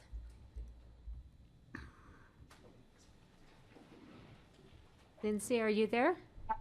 I'm here. Can you all hear me? We can. Thanks for coming in. Go ahead. Hi. Hi, everybody. Hello, everyone. Lindsay Maish, Director of Human Services. Thank you. Sorry, I can't see myself or you all, but I can see the screen, so that's okay. So we're here today because we are going to be seeing an increase in our allocation for child welfare. There was a whoa, what's happening? Now I can see you. I can just talk through some of this. So there was a work study that has been done. There was some legislation that was passed in 2018-19 to conduct a work study, which was really good timing because happened right when COVID happened. It kind of prolonged this study, and they just got recommendations in the last year. The initial recommendations were pretty staggering. We saw that initial recommendations were that the state of Colorado should be seeing around 600 child welfare caseworkers come into our system of care. That's since been updated through more studying and found that there's a number. It's called 240. We're calling the project 242. So the state of Colorado will see over the next 2 years 242 child welfare caseworkers come into our system of care. In many ways, this is so validating because we know that this work has been so hard. We will see an increase in our allocation for this year, 24-25, which begins July 1st. Of around $80,000, and then we will see that jump. That will go from around $500,000 to about $580,000 our allocation, and then next year we'll see that go all the way up to around $700,000. So we'll be budgeting for that in the next year, but we want to bring in a caseworker starting sooner than later because we're already in many ways have been understaffed for quite a while. So. We'll be bringing this in. One of the good things about child welfare, as you may or may not know, is at the end of every fiscal year, the state fiscal year, we're able to close out. So we tend to overspend our child welfare budget because of the need and because of our salaries here. So we have historically overspent this, and what we do is we mitigate. We're actually in a mitigation process right now, where as long as I've been here, we have never owed money back to the state. They're able to pull from other counties and basically close us out or balance us out at the end. So most of the resort regions tend to overspend quite a bit. There's also times where we overspend a lot because we may have kids who go into placement or things like that end up costing a lot more money, but we almost always get closed out. So with the increased allocation that we're getting, as well as our ability to close out at the end of the fiscal year, there's really very little risk involved in this position. Great, thank you. Thanks for that description. Yeah. Excellent. So if I could add a little onto that, this is a request for a new ongoing position, which we typically do not bring mid-year. However, when there is grant funding available to cover a position, that's where there's an exception. And in this case, the child welfare allocation will cover 80% of the cost. So for the remainder of 2024, the total position cost with benefits and computer setup and phone and one thing or another is about $63,000. At least 80% of that will be covered by the allocation and the mitigation. So that's over $50,000 coming in from the state. And that leaves the balance that the county would pay to $12,682. Great, thank you. Patty? What happens if, in future year, this allocation, this grant money from the state goes away? Do we then fund this position fully? So there ongoing monies? There are two different aspects to that. And first of all, the state is moving in the direction of adding this additional funding. So it seems pretty certain that we will have a much larger allocation next year and going forward. But even if the state were to, at the last minute, totally change their minds, back off on everything they've promised and say, no, we're going to keep allocations the same dollar amount, I believe we would still be covered just based on our history of how we've been closed out at year end on child welfare. And the fact they did this statewide study that showed the need. So I just want to make sure that in a year or two, we're not having to fully fund a position. Right. It's one that just from what I've seen in past with child welfare, it's an area that I feel pretty confident bringing to you and saying, yeah, I think we'll be covered with that 80% going Thanks, forward. Connie. Great, thank you. I had the same question. I can also just add, I sit on the allocation committees for this, for both this and our works committee for economic services. And to change an allocation, it is it's huge work to change the allocation methodology because of the number of counties and how much is being received. And right now, essentially what's happened is this has all been approved through the Joint Budget Committee. And the next step right now is how this informs that allocation methodology moving forward. And that would be sustainable for moving forward and onward. So I don't imagine we'll see, I mean, unless some pretty volatile changes are made in the state level, that we're going to see much change in the other direction for this one. You Great, just thank you. never know. Right, you never know. It sounds like it's funded, and that's great. And we'll just keep an eye on it, I guess. Steve? Lindsay, I'm curious, has there been any research as to the effectiveness of child welfare caseworkers for every dollar spent at this age of a child, preventing future problems or costs and that come back to society later on? Has anybody done any study on that? I just imagine that we spend $1 here today and we're maybe saving a huge amount of money sometime in the future for other costs that would come down on us. Is that, Yeah, you and know it's of one of anything yeah, about it's that? actually it was that was actually looked at in the child welfare work study. And but the way that it was looked at is a little different than the way that you're interpreting it. So what the deliberations are in the allocation methodology are around how these dollars should be, right? They should be spent right now. What most counties are saying, or a majority of counties are saying, is that child welfare tends to be a reactive allocation. So it reacts to a situation, an emergent situation that's happening right then, right? Where we have to go see a family, meet with them. Maybe we might have to be removing a child, something like that, right? It's pretty reactive, and there has not been a lot of energy put towards prevention.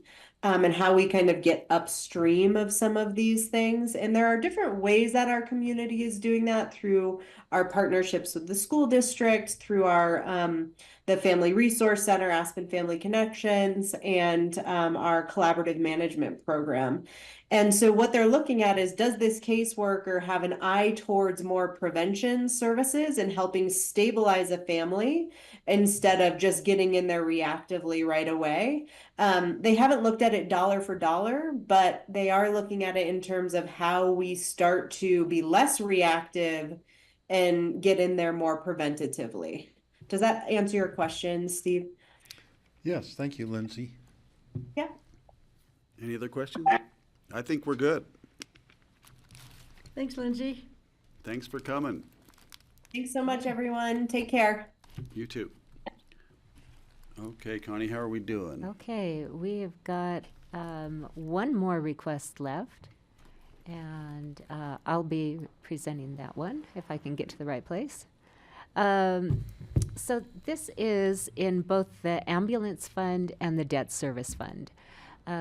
When the new ambulance building was built back in 2018, I believe, the county took out issued certificates of participation to fund the construction of that building. The certificates of participation were done through a private placement because it offered better terms for the county. But one of the provisions of that was that every 5 years the interest rate would reset. When we were preparing the 2024 budget, we didn't know yet what that rate was going to be, so we didn't have the correct interest amount. So this supplemental request is simply correcting that. It's an increase of about $42,000. So this is a transfer from the ambulance fund into the debt service fund, and then the debt service fund pays it out. What interest rate increase does that represent? I don't know. I'll need to look that up and bring that back to you. It'd just be nice to know. It's not urgent, but just, it'd be interesting to see, just as we're all looking at increased rates, what that was. So Greg, it's been 5 years since we built that building. Wow. Believe I it was or just not, in yeah. it yesterday, and it's a beautiful building, and they love it there. So, yeah, it worked out really well. Great. Okay, and there was one other item that I included in your board packet. It's probably near impossible to see on the screen there, but I just wanted to mention, as the board is looking at supplemental requests for the general fund and the capital fund, where are we at fund balance-wise? So we actually begin 2024 much better than we had anticipated during the budget process. Part of that is because we had approximately $4 million more in revenue in 2023 than we were anticipating. Roughly speaking, 1 million of that was in community development, 1 million in investment income, and then another $2 million in what's called unrealized gain on our investments. So there's $2 million in there, which really in these numbers I probably should have just backed out of the equation, because for the auditors or for our financial statements, that's considered real money that's on our books and in our fund balance. In my opinion, from a budget point of view, I'd rather back it out because it's not money we've got in the bank. So in any case, that's why the fund balance is showing a good deal larger than what we presented in the budget process. We also had roughly $2.5 million in additional savings in the general fund.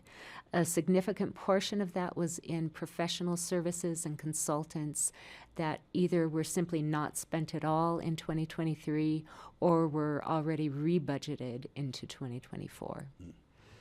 So just to give the board an impression of where we're at on the fund balance, and that we do have quite a healthy fund balance in the general fund. Great, that's always reassuring. Questions? Other questions? There's a $9 million difference for unassigned operating revenue. About $9 million. Yeah. From the beginning balance to after original budget to projected.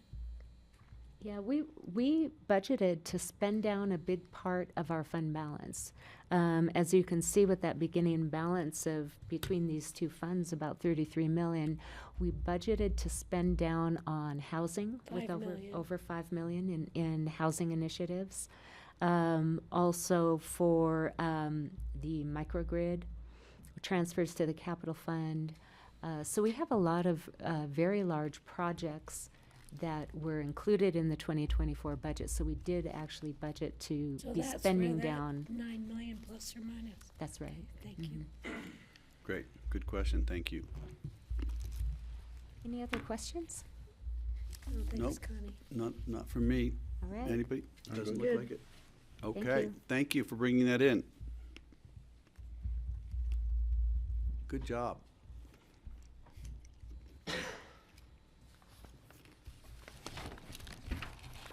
Thanks for coming in. The public hearing, you'll get me, not Connie, so Okay, I'm understudying right you're the understudy. Okay, great. Thanks for coming in, Connie. Okay, up next, we have got the temporary expansion of seating for restaurants in unincorporated Pitkin County discussion. And Suzanne's not here yet. Is she coming, or is she sending a? Not sure I know the name. She told us 3:15. Why do you ask? Oh, see, we're 7 minutes ahead of schedule. I'm also happy to stand in for Suzanne. Well, you look, you know, we wouldn't even have noticed had you just come and sat down. Come on up, man. You could come have a seat. You're next. You may as well come and get on the hot seat. Well, he's You can come too, Abby. Yeah, get Abby up here. he's not here to relief. present. Yeah, Suzanne's presenting that. Suzanne's presenting it, I know, but aren't you sitting here watching this? Is he not part, can he sit next to her and answer We were told by questions if necessary? Suzanne if we wanted to come in person just to like comment. I don't know, it's up to you. Well, You're we're gonna so- wait for Suzanne, but have a seat. Since we haven't seen you, it's a long time. There's a couple that are on the table, so there's two. You would like them to wait? in Are the you saying, audience? what that is it you're you're saying? asking? I don't know. Let's wait for Suzanne. Yeah, we're gonna wait before we start, but, We can well, you could always sit. You could always have a seat, you know, geez. Maybe on this side. Well, Just like move around the room so we feel, you know, we don't feel so. Make yourself at home. There she is. You're- Hey, you're 5 minutes early. are you gonna have the corn boil at your place again this year? We will. And the caucus is next week? Yeah, on the 10th. 10th. Is the caucus at your place or down the road? No, it's at the fire station. Yeah, okay. We love it though. It's the best TV in town. Yeah, I'm sure, no doubt. 6 Fun. o'clock. Here it is. Okay, Suzanne's here. I had invited them to come up and sit at the table, but I don't know if that is your call. Are they gonna say anything? Do we wanna invite Ruben or Abby to say anything, or is this not? What do you recommend? We're here to talk about the temporary seating ordinance. And there are other questions. What Kara was suggesting, which I didn't understand, is that we're not talking about just Bayul. We're talking about other ones. Right, so we can get started, and then obviously they're here. Right. If you all are amenable to giving them an opportunity to speak with you. Tell us what's that's going on. your Got it. Okay. prerogative. So hang tight. But again, that's for you all to determine. All right. So take it away, Suzanne. So, back in 2020, the board adopted an ordinance under COVID to allow restaurants to have expanded seating to accommodate the same capacity they could normally serve, but to allow more spacing between that. That ordinance has now been in effect. Sorry, I have to in effect since 2020. Every year, I have come back to you to ask if you want that ordinance to continue. When it was initially enacted, we had, I think, about 4 places that took advantage of that. To continue to the Woody Creek Tavern and Bayul. Others that had were the restaurants on the mountain, Merry-Go-Round and Sundeck, had tents put up that provided for that expanded seating as well. Those are no longer in use. The tents have been removed. The only ones that have still been taking advantage of it are the 2 I mentioned. As I said, we come back and talk to you each year. In 2022 and 2023, you agreed to keep the ordinance in effect. For the ordinance there is no sunset on the ordinance currently. You would have to, if you wanted to end it being in effect, we would have to come back to you with an ordinance repealing that, so it would no longer be in effect. So there would have to be further steps to accomplish that. The federal public health emergency declaration did end, about a year ago. Again, that was right before we discussed this last year, and at the time you all agreed to continue the ordinance. So the 2 entities that have utilized it, the Woody Creek Tavern had expanded seating on the outdoor patio and some space right in front.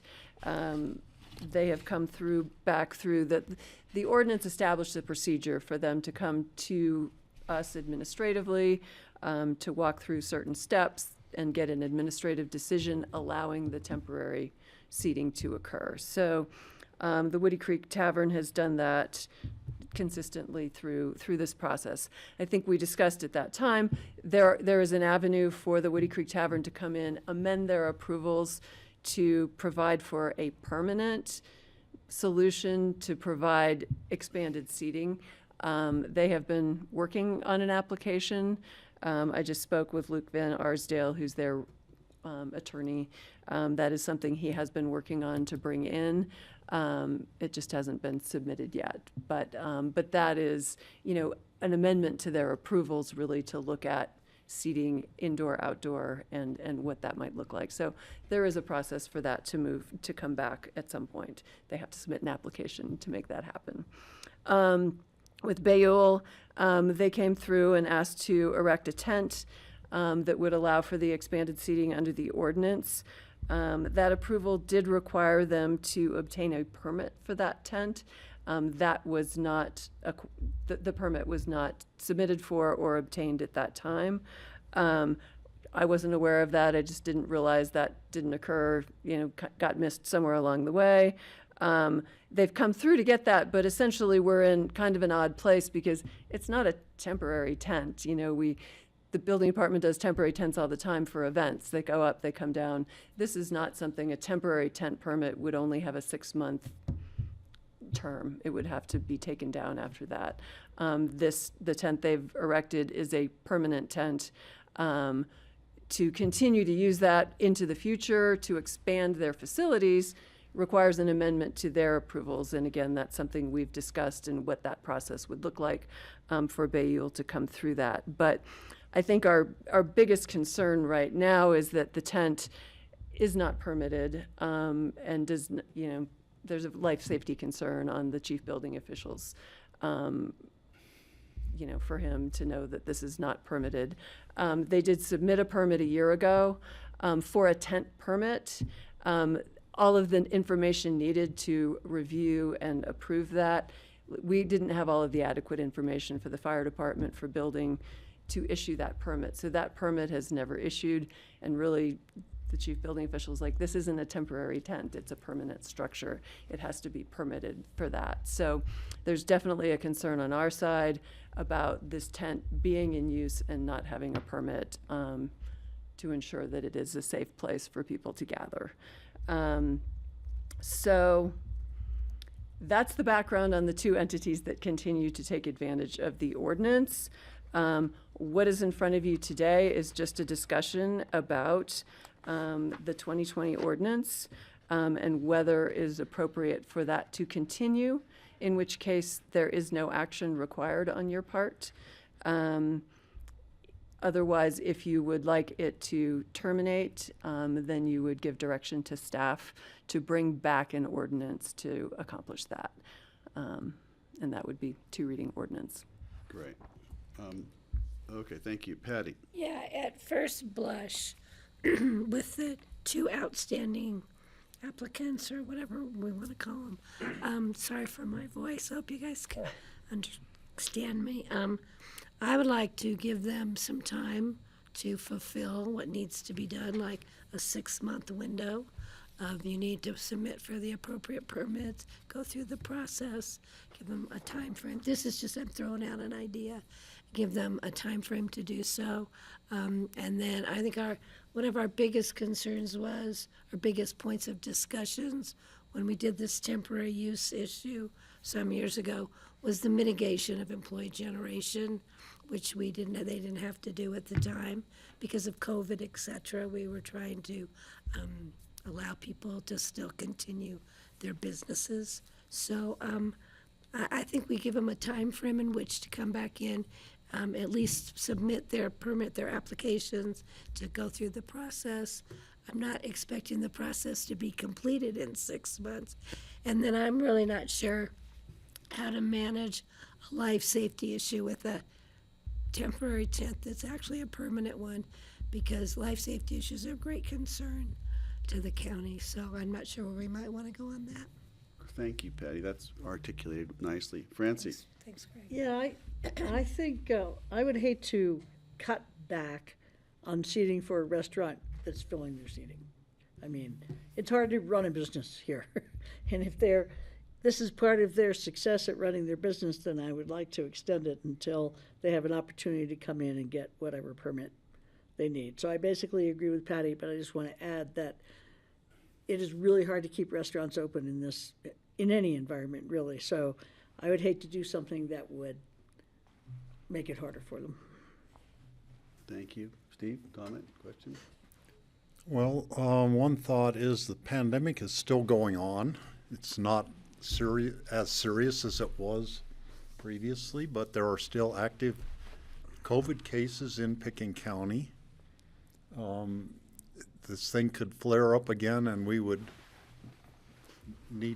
have the need to let the restaurant space expand just to accommodate that. And I personally think it would be premature to take that ability away. I went through Old Town Arvada recently, and the restaurants there had expanded out onto the sidewalks because of the pandemic. And Arvada made it a permanent thing that they can stay out there because it added this vitality to the businesses there and just to the town. It changed the atmosphere of it. And I think that's happened other places too. Like Carbondale and Glenwood. Except we haven't employed mitigation. Those faraway places. Right. Thanks, Steve. I think it's pretty interesting. It didn't occur to me that the pandemic still being ongoing was a rationale. I'm not sure I buy that, but I agree. Yeah, the COVID hasn't gone away, but it seems to be manageable.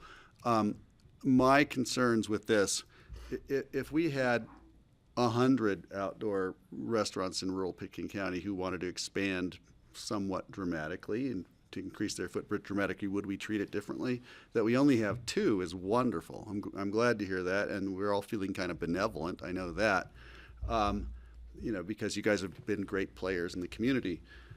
But I think it's time to sunset this rule. I really do. I think, if we're going to stick to our commitments to energy use, trying to decarbonize, building inefficient outdoor structures is just a bad idea. And especially if they are permanent structures that aren't permitted or even safe, it just seems to me like this has red flags. And chances are everything will be fine, but it seems like we can't just push it down the road. I like the idea of giving enough time to sort things out. And I would say, should we plan on sunsetting this in 1 year or in 6 months or something that would make sense to sunset this rule? And then let's do it go through the process properly is what I would recommend, because one, I want it to be safe. You guys are a long way from help and that sort of thing. And then also we kind of need to be fair to everyone else, because my biggest concern is it's unfortunate. It focuses on the businesses that are in Aspen that are doing outdoor seating and heating them with gas heaters, and we've just blown our carbon footprint out of the water. So we're not meeting our energy things in the community if everyone's running propane heaters to heat outdoor buildings that came in because of COVID.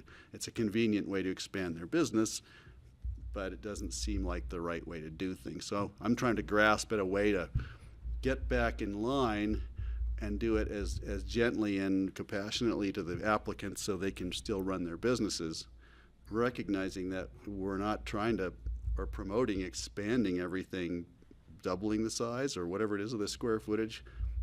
So I feel like I don't know enough, but I don't want to just kick it down the road other than saying, let's put a deadline on the ending the whatever you're calling it. I just lost the name of The temporary. The temporary, thank you. Are they both operated year-round in these tents? Yeah, I think so. Suzanne? These guys are, the Woody Creek Tavern, I don't know if I'm they're not using sure. that I outdoor can't seating. They don't remember have a sitting tent. out. Yeah. They're using the patio space. But I just wanted to clarify too, Greg, I mean, the intent of the ordinance was not an increase in capacity. It was to increase It was, space it was, between it was spreading it customers. out, Right. again, it was like if your capacity is 70 people Right. inside, You're this gave still you the 70, but ability you can to, spread 'em right, out. so it wasn't, and that was the conversation about if you're expanding the business or, changing your capacity, that's what requires a further review for both of these entities. My guess is at this point, as much as I like being spaced out from people now, it seems like Just it's an spaced expansion out. of the business to me. But for me, the bigger issue is employee mitigation. And that too, Because we're right. holding people's feet to the fire for that, to create affordable housing for employees. And so we have other businesses out here who are concerned about, for example, if Stutzman Gerbos comes in and wants to expand their barn for their trucks, their employee mitigation is going to be significant. And so it's hard for me to not ask others to at least comply with that. And I don't know how yours would, yours would pan out as far as square footage. But I know the Woody Creek Tavern is using indoor space next door, and I don't know, but I don't think that they're keeping the space, the distancing as it was. I think they're using it as additional restaurant space, because their restaurant now, you have to have reservations to go to the Tav, of all things. But I know, I could not believe that when I went down there. But, because I couldn't go to dinner because I didn't have a reservation. So I think that that's something we need to stand behind our goals for employee mitigation. But I think a time frame to allow them to come in, at least get in and start the process within 6 months. And then, we know it could be delayed because we know it could be backlogged. We don't know. But at least get the application rolling and in the door at some level within 6 months, I think gives everybody time. If there's a glitch, you can always Well, come back. Suzanne, what would you recommend on how to move forward? If it's, you hear where the board is, what we're saying is we want to give them time to sort this out and come in with an application, because it's not a temporary tent, it's a permanent tent, but it's being treated like a temporary tent and it doesn't meet code.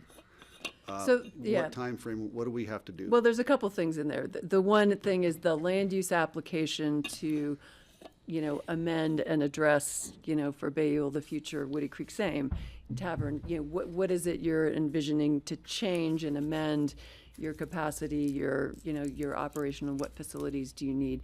That's the land use application for both of them that I think, again, right, we had the same conversation a year ago, and we haven't gotten applications from either of them to move forward with that. So, I think I appreciate the, thinking, like, can we try and push those forward? Because that is the the long-term solution for them. Is to get them permitted Right. properly. Right. The permit for the tent is separate from that. That's the land use application. And again, we're a little backwards because, right, we're talking about a permanent structure that doesn't really have the land use approval to support it, but it's been in use. We need it to be permitted to be safe.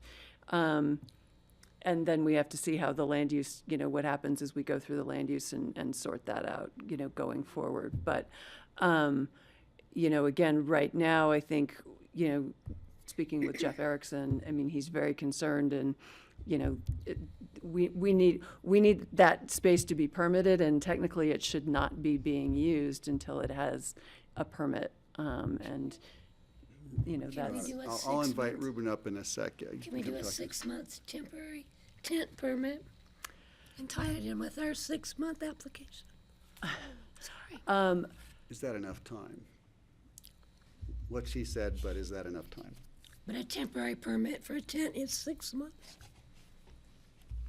I guess I don't know the answer to that question, and if it solves anything for Jeff from the life safety perspective. Let's see, that might be an avenue in which we. Ruben, come on up. Let's just, and Abby, if you want. Well, in Carbondale, our extended seating is only from May 15th till they need to push snow. It's usually sometime in October. I did want to throw in the issue I have as it goes beyond when things do get cold, even in the summer. I would like to make a rule that we just disallow gas heaters right now, and if we do approve something, it be with an electric heating system, because I don't want to promote the use of gas heaters.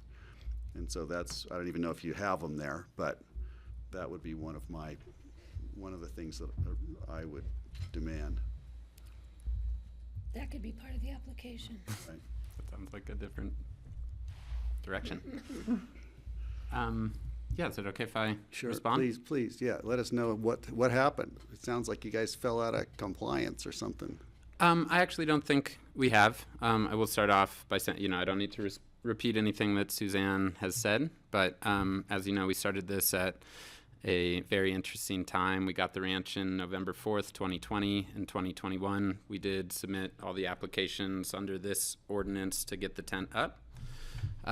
If there was something missed, I think it was at that time we just overlooked that it needed either a permanent or temporary building permit, but we did submit everything else, and we have stayed in really close communication, not only with you, but also with the CDD. Is it okay to abbreviate? I've typed it so many times this week. And you guys extended for another year for 2022, and in 2023 you did say to us, okay, let's start getting this set up for more permanency. I thought so. That's absolutely what we've been working on. We have turned that in, and it can be a complicated process, but we have been in constant communication with the building department. It's been very recent that we've been in touch with Jeff Erickson, but Brian Davis and Tony Popish, we have showed them all of our plans. We've been working with them to get occupancy so that we can get everything from the fire department. The fire department did come to us last August, and they did review the tent, and they did give us a couple things that hey, this needs to be upgraded. You have to have a different kind of door in here, more exit signs. All of that has been applied as well. They're coming up on June 15th to do another inspection for the tent. Our whole property, because they just have their yearly one, but we've been in touch with Brooke, and she's also making sure to go over that. In our Sages account, that's the last piece. It does show for our temporary tent permit that we have the other two areas, the code enforcement, and I forget what the other one is. We have 2 green check marks and then 1 red one for the fire department. But in no way have we been trying to skimp on getting to code and learning what it takes to get there. We also very much do want permanent status on this tent. Now, what we've done for that, knowing that it's a little bit of a chicken and the egg thing, like you said, with land use, which is a process with the community development department and the building department, is we have turned in the pre-conference request application. It did take us a long time because we were very thoughtful about it. We've worked with land planners. We've talked to other properties that have gone through these processes, because even though I know calling it a master plan, that's a different official term that I don't think applies to this, but we are looking at it as our master plan. Hey, here's everything we would like to do over the next 10 years to really stabilize and make this business resilient, make it continue being a community hub, and even though we're 10 miles as the crow flies, we're way out there in one of, I guess, 4 businesses that are up in the frying pan, or at least the upper frying pan. About 45 miles away or something, 40 miles away. It's 26 miles from Basalt, yeah. Yeah. And so, we're really grateful that all of the different departments, again, we know everyone has so much on their plate. We have, it can be seen that we're really trying to do everything by the book. We got that approval for Laura Whitley's art piece last year, have gone through all the processes, have had it all approved. We're not trying to cut any corners. What that pre-conference application request lays out as step 0, we put it as, is the tent. So that knowing that it takes a long time, we've never done this kind of land use reform before, but this is one of many times you'll see us over many years, because that property, though beautiful, though it had been through a big renovation in 2004, we have still had to do a lot to keep those 100-year-old cabins from falling apart and keep the water running and keep it going. It's also, I can't speak to when the Bowles or the Rileys or other families have had it, but we're quite aware of the previous business's occupancy rate. They were running at about 6%, and there's no way to actually run a profitable business. We have done a tremendous amount to be running at 43%. Now, that doesn't mean that we've, that we haven't used the space for more people, but we definitely are using it for education. We're definitely using it for wedding bands. We're using it for yoga. And we've stayed in really close communication with the caucus too. Sometimes, anytime you're in a new community, there may be some grumblings. We have had a couple of noise complaints from one neighbor. They've only actually reached out to the sheriffs once. We're taking that really seriously as well. We just invested $30,000 in sound dampening equipment that will completely surround, still under all the fire department guidelines and fire retardant stuff, but to encapsulate our sound so that we're not upsetting the peace and quiet of any of our neighbors. So, along with getting this tent fully permitted as a building permit, whatever we have to do with the building department. Again, it's been a little bit hard, but we have gotten a lot of information this week about what that will take.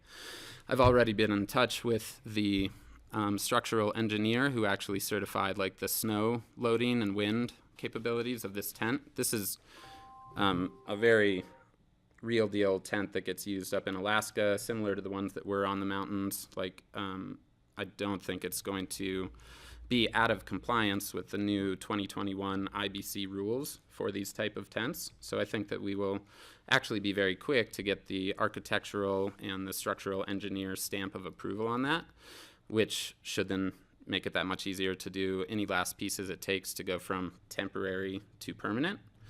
I don't need to give you a PowerPoint presentation on everything we want to do in the future, but know that we are thinking about employee housing. We've been watching what's been happening with the Redstone Castle. It's awesome that they've been able to, and I'm sure they did a ton of work. I don't know what their process has been, but we want to be able to do the same to have our employees on site, to add storage that would be helpful, to do different upgrades. I also hear you talking about wanting to be energy efficient. Our dream, as I think we've expressed, is for this to really be an example for any group that comes up there, not only of the Aspen idea, but also of what a community should look like. We want to be able to do the permaculture there. We actually already have some of the plans for a micro hydro. We'd love to do solar. We'd love to do what RMI did with their building and have people come up there and not only have a transformative, amazing nature immersive experience, amazing programming, meditation, all the things we do, but also to walk away being whoa, this is what I should bring back to my community. This is how it should look. So we do have big plans. We don't know if everything will be approved in there. But we're really excited to be doing the work with you because we know that's what it'll take for this to be resilient for many decades to come. Well, I look forward to your conversations with Jeff just regarding, when I think about a tent, I think, how could you even make a tent energy efficient or energy responsible, in the winter? I can speak to that because we have done some research on that. Well, I don't want to go into that now, but that was one of my questions. It's really, if you've got these noble ambitions, maybe a tent's not the right thing, but that's something you guys can talk about offline. I think the main thing is, though, that to do a permanent structure means they need to amend their existing land use approval. Right. And so that's the application that needs to be submitted. And then the temporary or the permanent issue of the tent will be brought in there. Am I correct in that? You're correct, but what Jeff is asking for now is basically to permit it as a permanent structure, which they would do at their risk, because they do have to get the land use approval to eventually match up to allow for that. But it's not a temporary structure. It hasn't been, it wasn't, intended to be. Again, but that's right. The permitting would permit it as a permanent structure to meet all of those requirements. But at some point, that is contingent upon the land use approval then actually supporting that facility. I understand, but I'm trying to allow them a way for 6 months to have it as a temporary. And I can't answer that question for Jeff in terms of if there's any, if it's useful to try and permit it as something temporary when we know it's going to be intended to be permanent, and it's been permanent already. But it may not be permanent in 6 months either. Well, nothing's going to change in 6 months. Even if they submitted their application tomorrow, we still will have submitted an application. That's all that would have changed. And so we can reevaluate in 6 months. I would add that having a tent, even though it requires heating for certain events, it's better than building another building in terms of use of materials and energy and stuff. So if it's only used occasionally for events, I would rather have a tent there than a whole nother building. What we need to do now is remedy the fact there's no permit for No, the no, tent. after all that happens. Not a renegade tent. We need to incentivize. Permanent tent. You're submitting an application to amend your land use approval. That has been turned in.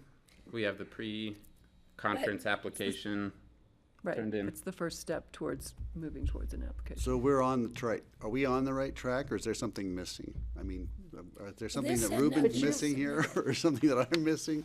I'm just trying to figure out the way forward, and it sounds like the impression I get is you've been submitting everything that's required, yet we're still in some form out But, of right, I guess limbo. there's still back to where we started, is right. Your comfort in continuing this ordinance, which allows for us administratively to give them the ability to utilize that tent to accommodate their existing capacity, to moving forward.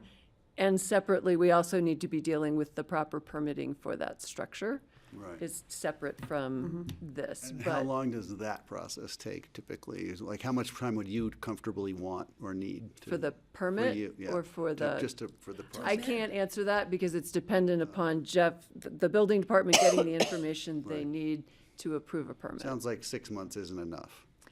I mean, I don't think it should be a 6-month process to get a permit as long as, right, the engineering, the specs, all of that is provided and they can meet the building and energy code requirements. But if it's a permanent structure, they have to amend their existing approval, their land use application, Yes. correct? So. It will what have about to for the long term. Woody Creek Tavern, they just want the seating outside, that's what we're talking about there?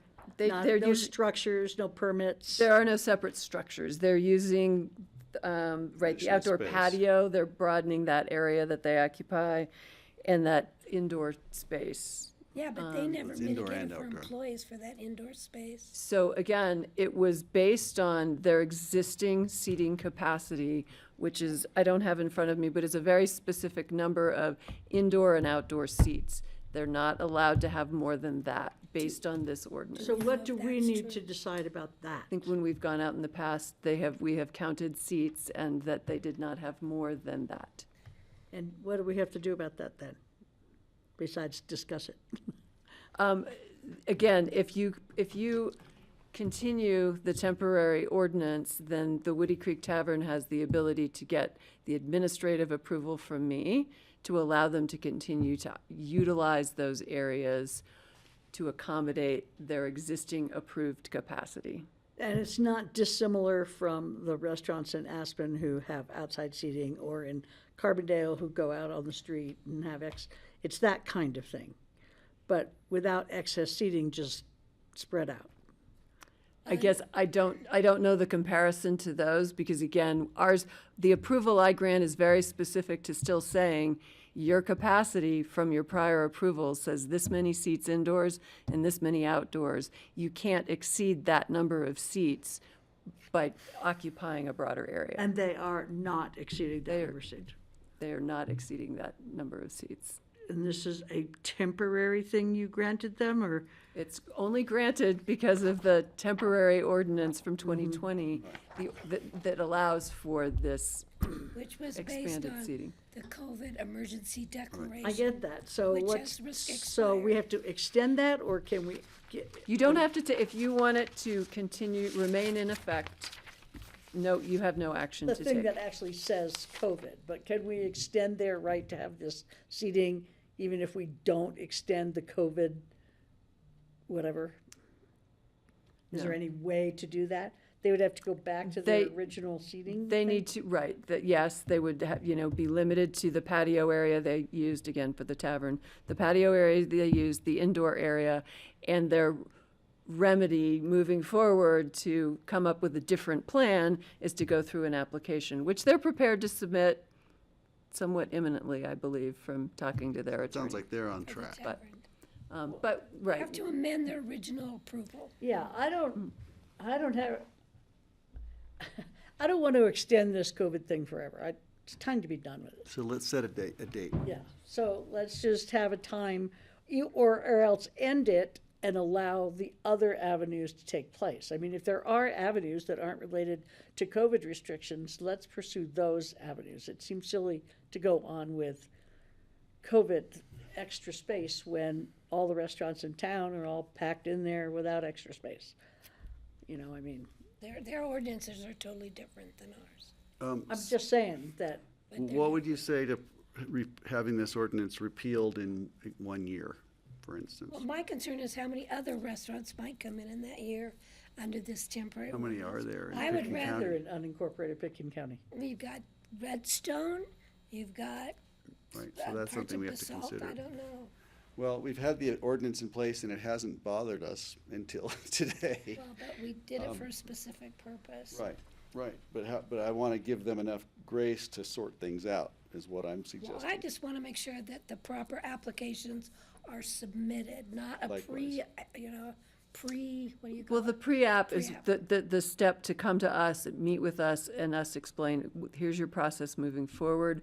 The next step after that is submitting an Tavern has theirs application. ready but not submitted. I'm just trying to incentivize that process is rolling, not, well, we're gonna, but here we are. What's the incentive? By giving them, you get 6 months to continue as you are, but within that 6 months, you need to be invested in the process to amend your original land use approval. And then can we also sunset the COVID restrictions? And Or we could do that in allowances? 6 months. Well, we could do it now, because they have other means of getting there. I mean, I think if you want to sunset it now or end of the year, say, I mean, you could also say that, sort of along Patty's lines, you're allowing me to grant administratively to extend under this ordinance their approvals to take advantage of that until they have gone through that process. So the onus I'm not is sure on how the to applicant write to that, get but there. that's kind of what I'm. Yes, thank But you. meanwhile, the ordinance, the temporary seating ordinance would sunset. I would have to. November 30th. So I'd bring back an ordinance to you that would say this will sunset on How this about date. December 31st? December 31st, fine, okay. Extra month. About 6 But months. that way, we at least we're trying to get us back in compliance so we don't have more of these popping up and it gets sorted. And give the applicant some time to get it. Yeah, so we don't want to pull the rug out from under you, but. So, and I would acknowledge that in the administrative decision that that follows from the ordinance. But there's a though. timeline without delays, or at least there's incentivized to get it in, right? Right. We certainly would feel incentivized by that. There's a lot of work that's already gone into this, and so a lot of momentum going forward. As we talked about this time last year, sometimes even if we have our applications in, it's one Still of takes hundreds time. that they have. Right. So if there's any way to make provisions for that, if like we have everything in, but it hasn't been able to be reviewed. Again, we've put in for quite a few things that we think would be really helpful to like solidify our business and make it viable for many decades to come. The tent is very much the first thing. As you all know, it's essential to our business. We need a place for people to gather. So we're very willing to do that. We do have, again, everything in for a temporary tent permit, which when I read through it, it is for 180 days. That's what Jeff Erickson is bringing up as well, even though he is looking at this as a very permanent tent. Can you put wheels on it? Yeah, and move it over a couple inches, sure. We are getting to work right away on then the next step. So we have everything in for the temporary tent permit. The fire department will be up on the 15th, whatever that is, a week and a half. We know that we've done everything that they've asked as far as, different changes in our exits and doors and safety and everything. And so it's really just Jeff Erickson who needs to, I think, be aware of these conversations. He was sort of in the dark of this ordinance. And yeah, being able to just Sorry, I would have to dispute that, but I think in our emails what to he us. said was he was not involved in the permitting process for your tent. However, Tony Popish and Brian Davis were, who we've emailed and asked, hey, is there any more information? Is there anyone else we need to talk to? I'm glad that we're in touch with Jeff Erickson now. And again, happy to do everything because we know this is a really well-built tent. I'm quite sure that it'll pass all inspections, and I would love to have it set as permanent. What you said, this is a tent that is pretty efficient. I have talked to the electrical company. We would have to bring in a whole new transformer to be able to do what's that type of heating called? Radiant heating or something. No, it's like from the roof, those weird red lights. Anyways, there's different. Yeah. Infrared. Yeah, radiant. there's, it's a lot of energy usage to do it. It is on propane for now, but we only, turn it up an hour before the yoga class or the dinner and then turn it off. Have cold yoga, not hot yoga. Abby does teach snoga. It's actually quite popular. Really good for you. Don't need a tent for that. So yeah, long story short, we're incentivized. We're learning as we go. We would love, any support. You have been amazing. Thank you for all the help to get us to this point. And this, along with the other things we put in our master plan, which we hope that soon we have a chance to present to all of you whenever it's that step in the process, is really exciting for us. So Do you have a planner? And have you started that serious, if you're really working? Yeah, on we it? have had it reviewed by Mitch Haas quite a few times. We haven't been able to have the budget to fully bring him on. I think at this point, and once we have this meeting with you and we know which direction, hey, probably can't, have a full agricultural barnyard up there, but cool, we like the idea of a greenhouse. Once we know what we're going after, we will definitely be bringing experts in and Got it. So it sounds like if we can have this sunset on December 31st, the ordinance is going away. How resolving the other things, I'm still not entirely They clear. need to amend their existing They're gonna- approval for Yeah, right. permanent tent. So because that's that the wasn't that's part the of the approval. the application. Come on, talk some more. Yeah, that's the application you need to get in. it is, dropping And- yeah, the and you're pre-app working is on in, that. and Right. it's the number one And if it step. doesn't happen, we're going to take it away from you, right? You know that. If nothing happens and you're back in 6 months and nothing's happened, then Absolutely. It seems like That's your incentive. there's your incentive. That's my incentive. My question, I don't know if we can get into the details of this, but again, if we have the application in, if we're working on it and it's still not through, I hope there can just be a reasonable review of the effort put in, where they are on their side. Yeah. But you and our staff will have to agree on how it all shakes out before you come to us, though. We can't decide that here. We don't Yeah. have an application before us. Yeah, it'll have to come from the community development. Right. So, Suzanne, is there, all we've talked about is sunsetting this, and I think we have I don't know how Steve feels. Yeah, I'm good with You're good with December that? 31st. Francie? I'm good. Okay. Regarding any other steps, is there anything else we need to decide upon now? And No, I think that's we do clear. have those other questions about gas and about employee generation, which are big. And those are all things that will be part of You'll be- the application. Right. Again, Right. These Got it. for both entities. So yeah, I will be back to you with an ordinance to repeal on that date or sunset on that date. So Okay. you will see And that. if you need to come back to us with more information or anything else, if it's not clear or not clear enough, you'll be back. So I'm confident in that. Okay, anything else? Thank you, Suzanne. Thank you. Thanks Good to for see you, So- Ruben See you and guys. Abby. Thank you for the support. We're not We going to really repeal it appreciate today. Okay, great. Thank you. All right. We are incentivized. I'll see you guys next week. Awesome, thank you. You're going to go do an inspection? Good. I'm going to the caucus meeting. Oh. You guys should all come to the caucus meeting. It's very fun. It is. Oh, You know, yeah, that it's sounds wild good. and Updates on the crazy. budget. Usually there's about a 10-cent difference from year to year. Right, right. It's about Hey, I'm- There's streaming matches about the $15. deforestation. Yeah, there's. Glad you guys are bringing life to the Upper Valley up there. You know, Kevin you're is usually injecting some there. youth That's and always life. good. Yeah, we Great. we have gotten a lot of support from the caucus members too, even though there's often a age gap of about 40 years. It really feels like there's a real community up there. You guys are our Alaska. You know that, right? Totally. Thank you, guys. It felt like that in May. Thank you. Yeah. Bye. Thanks for coming. Happy birthday. Oh, thank you, Um, Suzanne. Francie, Thank you, I can't believe Suzanne. I forgot Francie's birthday. I know, can we believe it? Actually, we didn't though. It wasn't, there's a putting you on my card phone, somewhere. Francie. I have a Okay, big up family. next, we had the joint meeting preparation for basalt, but that has been Xed from the for the agenda, and we're going right to review of future agendas. Is there something you want to tell us? I don't have anything in my computer swirling right now, but I Okay. believe the only item for future agendas I had was the basalt prep. Which is the basalt prep. Do you have any other information on that? John was talking about it. He's talking to Ryan about the plan. I know it involved going to Stotts Mill. That is the plan. So briefly, I think there's a discussion about following your Emma Field site visit, that then we would look at a Stotts Mill site visit and just doing a meet and greet with the town. And that's about it. What, Because- like the child care center at Stotts Mill? Yeah.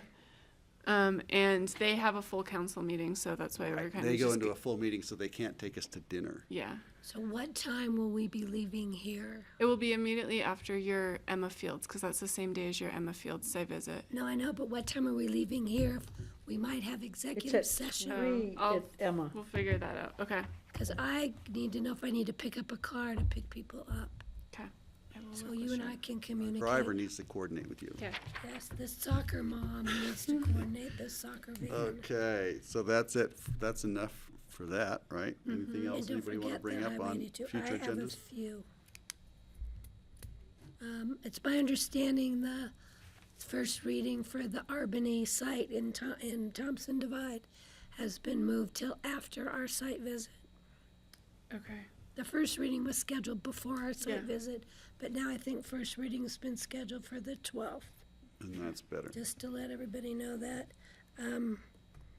There's a typo on the 26th regular meeting, item number 7.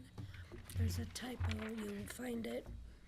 And for the issue with Habitat for Humanity on the 27th, 15 minutes is not enough time.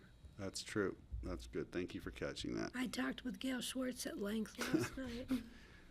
Or she talked to me because I couldn't really talk at length. So, yeah, so we need to schedule more time for that. Thank you. Great. Thank you, Patty. And next week is, what's that thing called that happens in Aspen? Food and Wine? Food and wine luncheon is on Thursday at 11:30. Yes, exactly. And I'm trying to get back to there. I'm stuck here. Okay. And that night, there's a Democratic Forum at the Aspen Police Station. And I know that Jeffrey and Neil and I will be there. You're not going to be there, Greg? I might make an appearance, but I'm not guaranteeing it yet. I've got 3 other things happening that day. Francie, So I haven't remind me when I committed. see you at lunch. Okay.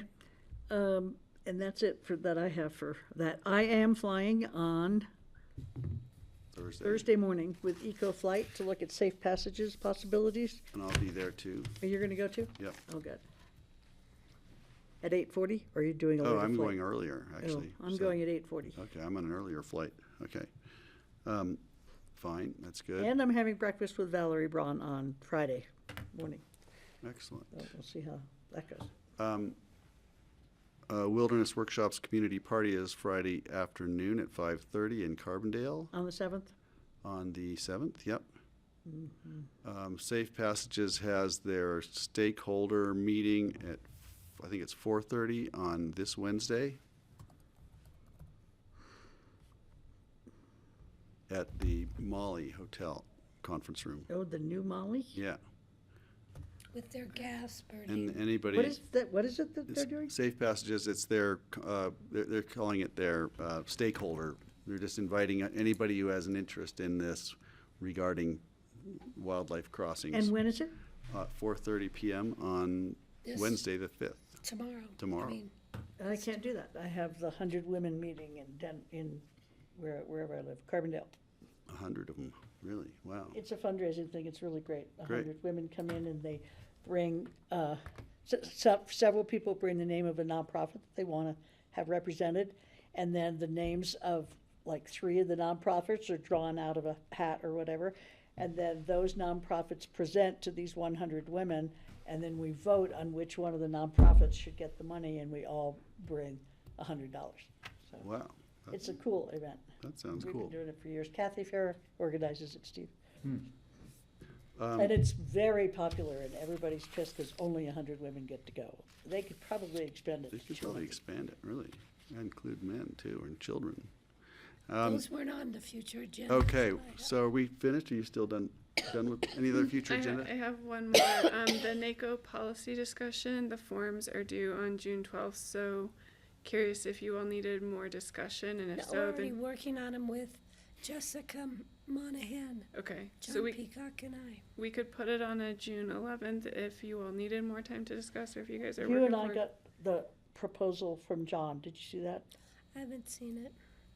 June 11th and 12th, I'm in, or Monday, no, June 10th and 11th, I'm at the CC4CA retreat in Vail. So Oh, I'm you out. are? Yeah, I'll be, Okay. I So will you not won't be be here. here at work session on the 11th? I'm going to be back in time to come to the joint meeting with Basalt is the plan. But you won't be But here you won't for- be at the site visit? I won't be at the the And we're early doing an exec. executive session, I believe, A what? executive session. session that morning. Yeah. To talk, well, we'll have to ask Roy if he still needs that. And I can call in if necessary. Hopefully it's an FBO catch-up for one thing. Yeah, maybe if it's that, then I don't have to be here. It might be a ballot question, catch up. Ballot question. I thought that was this afternoon. Could be Okay, both. I'll call in if necessary. Okay. That's it for future agendas then. Yep. Let's go to board open discussion. Do we have anything else? I have some things. Do you have something, Kara? I have just the Dolores letter here for you all to sign. We're gonna do a hard copy because we don't know how to electronically email the President of the United States. So, Okay. Got it. Steve, are you ready to come around on that letter, or you want us just all do it without you? we have it right now set up as, set up just as the the 4 forms. commissioners to sign Oh, individually. I thought Charlotte was gonna do e-signatures, but you just said they need a hard copy. Got We're it. doing hard, yeah. Yeah. Last chance to sign a letter to the president. Well, I feel a lot more comfortable about the uranium stuff. One, if everything in the letter that's purported to be true is true, one is that the existing operations in what would become the national monument would be grandfathered in. They could Right, continue right. operating. So I think they've That makes carved me out. feel way better that Okay. they're So not gonna we shut it. need to redo it then. Well, I'll work with Charlotte and I'll have this letter so that it's coming on from the entire board. So just to hear, so Steve, you're on board with this and you all can sign on as a Board of County Commissioners? When? And then do I'll we have need it this afternoon. all for you. signature, this afternoon, okay. All signatures And or then just you, mine? Greg, you can sign on behalf of the board. Great, that makes That it work? easier. Okay, I think we should all 5 sign it. okay. Yeah. We'll do that and I'll have, Charlotte add Steve your signature line and then we'll get signatures on board. Okay. Are you coming in to weigh in, John, or are you just joining us because you missed us? Thank you. It's his job. Yes. Okay, so that's clear. We're good on that? Yep, and then just a quick follow-up, Patty, on your question on the Maroon Creek Road dumpster issue. My understanding is that there is no process or application, and they're working with the HOA to find a location to even place the dumpster, so. I did call Barbara Convisor back. She said, "Oh, we're on a Forest Service property." We're not. I said, "Well, apparently there's a discrepancy. You need to clear it up." So she can be in touch with ComDev staff. Thank you. Okay. That's all I got. Did we clear up the Kathy Chandler Henry? That's what I was gonna River bring up District, next. thank you. Okay, so I did make the correction to headwaters from headquarters on the Google Doc, so it is ready to go under Google Doc. I don't know how we go from here to actually sending it to Kathy, and whether we're all gonna sign it, or how you guys wanna go with that. Steve, you've said it was okay, and Greg, you've read it too, Yeah. Patty. It's Now, fine. I Is just have she Greg sign it. president or chairman? I don't know, I just followed District Steve's lead, John's lead on that. I thought it was president. I can River look it up District? really fast. My guess is she's Make chair. sure. But I would You can just just have look for the Greg letter sign from it her. and get it sent. I think if the board approves the body and we can get a copy of it, staff can prepare it for signature and send it It's on along. Google Docs, and I sent it to you, so you have it. So you've Okay. got it. There's a one, it needs to be just checked. There's one period that has an extra space. Second paragraph has a little space between the final period. Okay. That's my contribution to the typo. She is the board president. Oh, okay. Okay. No. Okay, so you have that, John, and it's ready to go, I think, except for that one period, which I'll go in and fix in a minute. Thank you, Francie. Okay, I have really sad news. I hope I can say it. I can't yet. I'll come back to that. Heard from John Ely, and he just got out of the MRI, so he's not having surgery today, so it's tonight or tomorrow. And I think, given that he's not well right now, he probably won't want to read this letter, and we should just send it, because it's I don't think similar we have a enough. problem with that.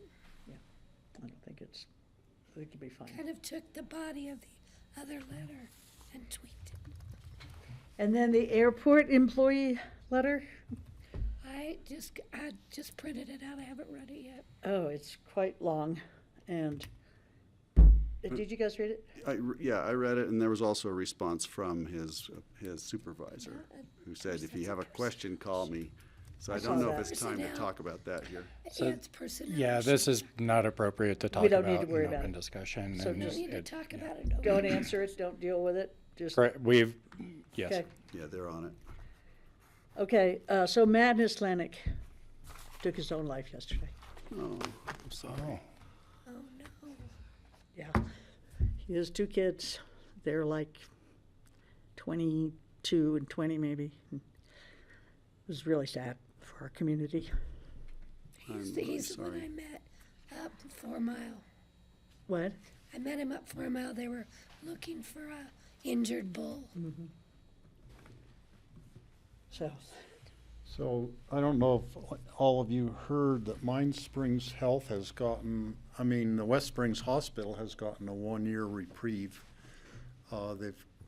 They've worked out an agreement, I think, with the Rocky Mountain Health Plan or whoever that is financially, that they're gonna be able to operate for at least 1 more year, don't have to shut down immediately.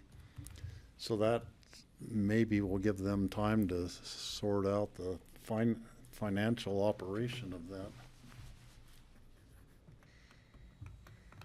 And I didn't go into detail, I just saw the headline, but I didn't know where it came from, or was that $5 million? I thought they had a $500,000 a month burn rate, so that's a substantial reprieve, if that's what it is.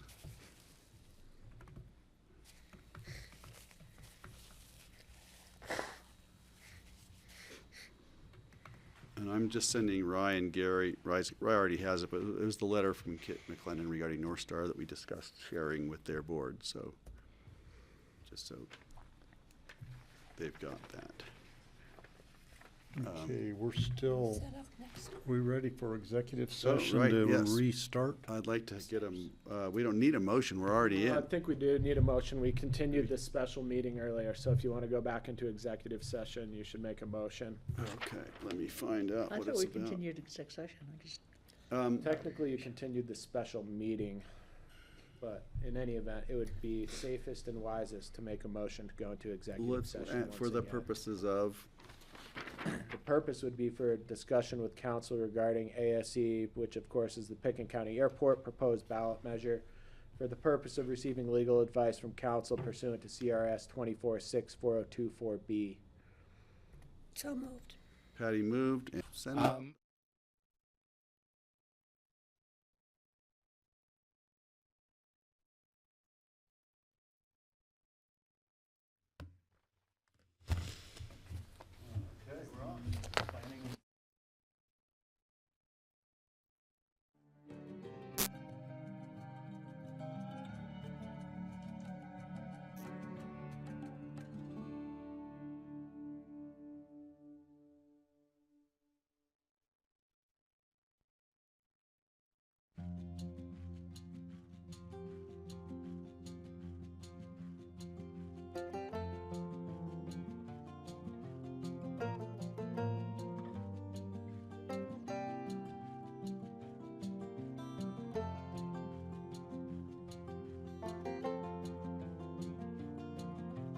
you.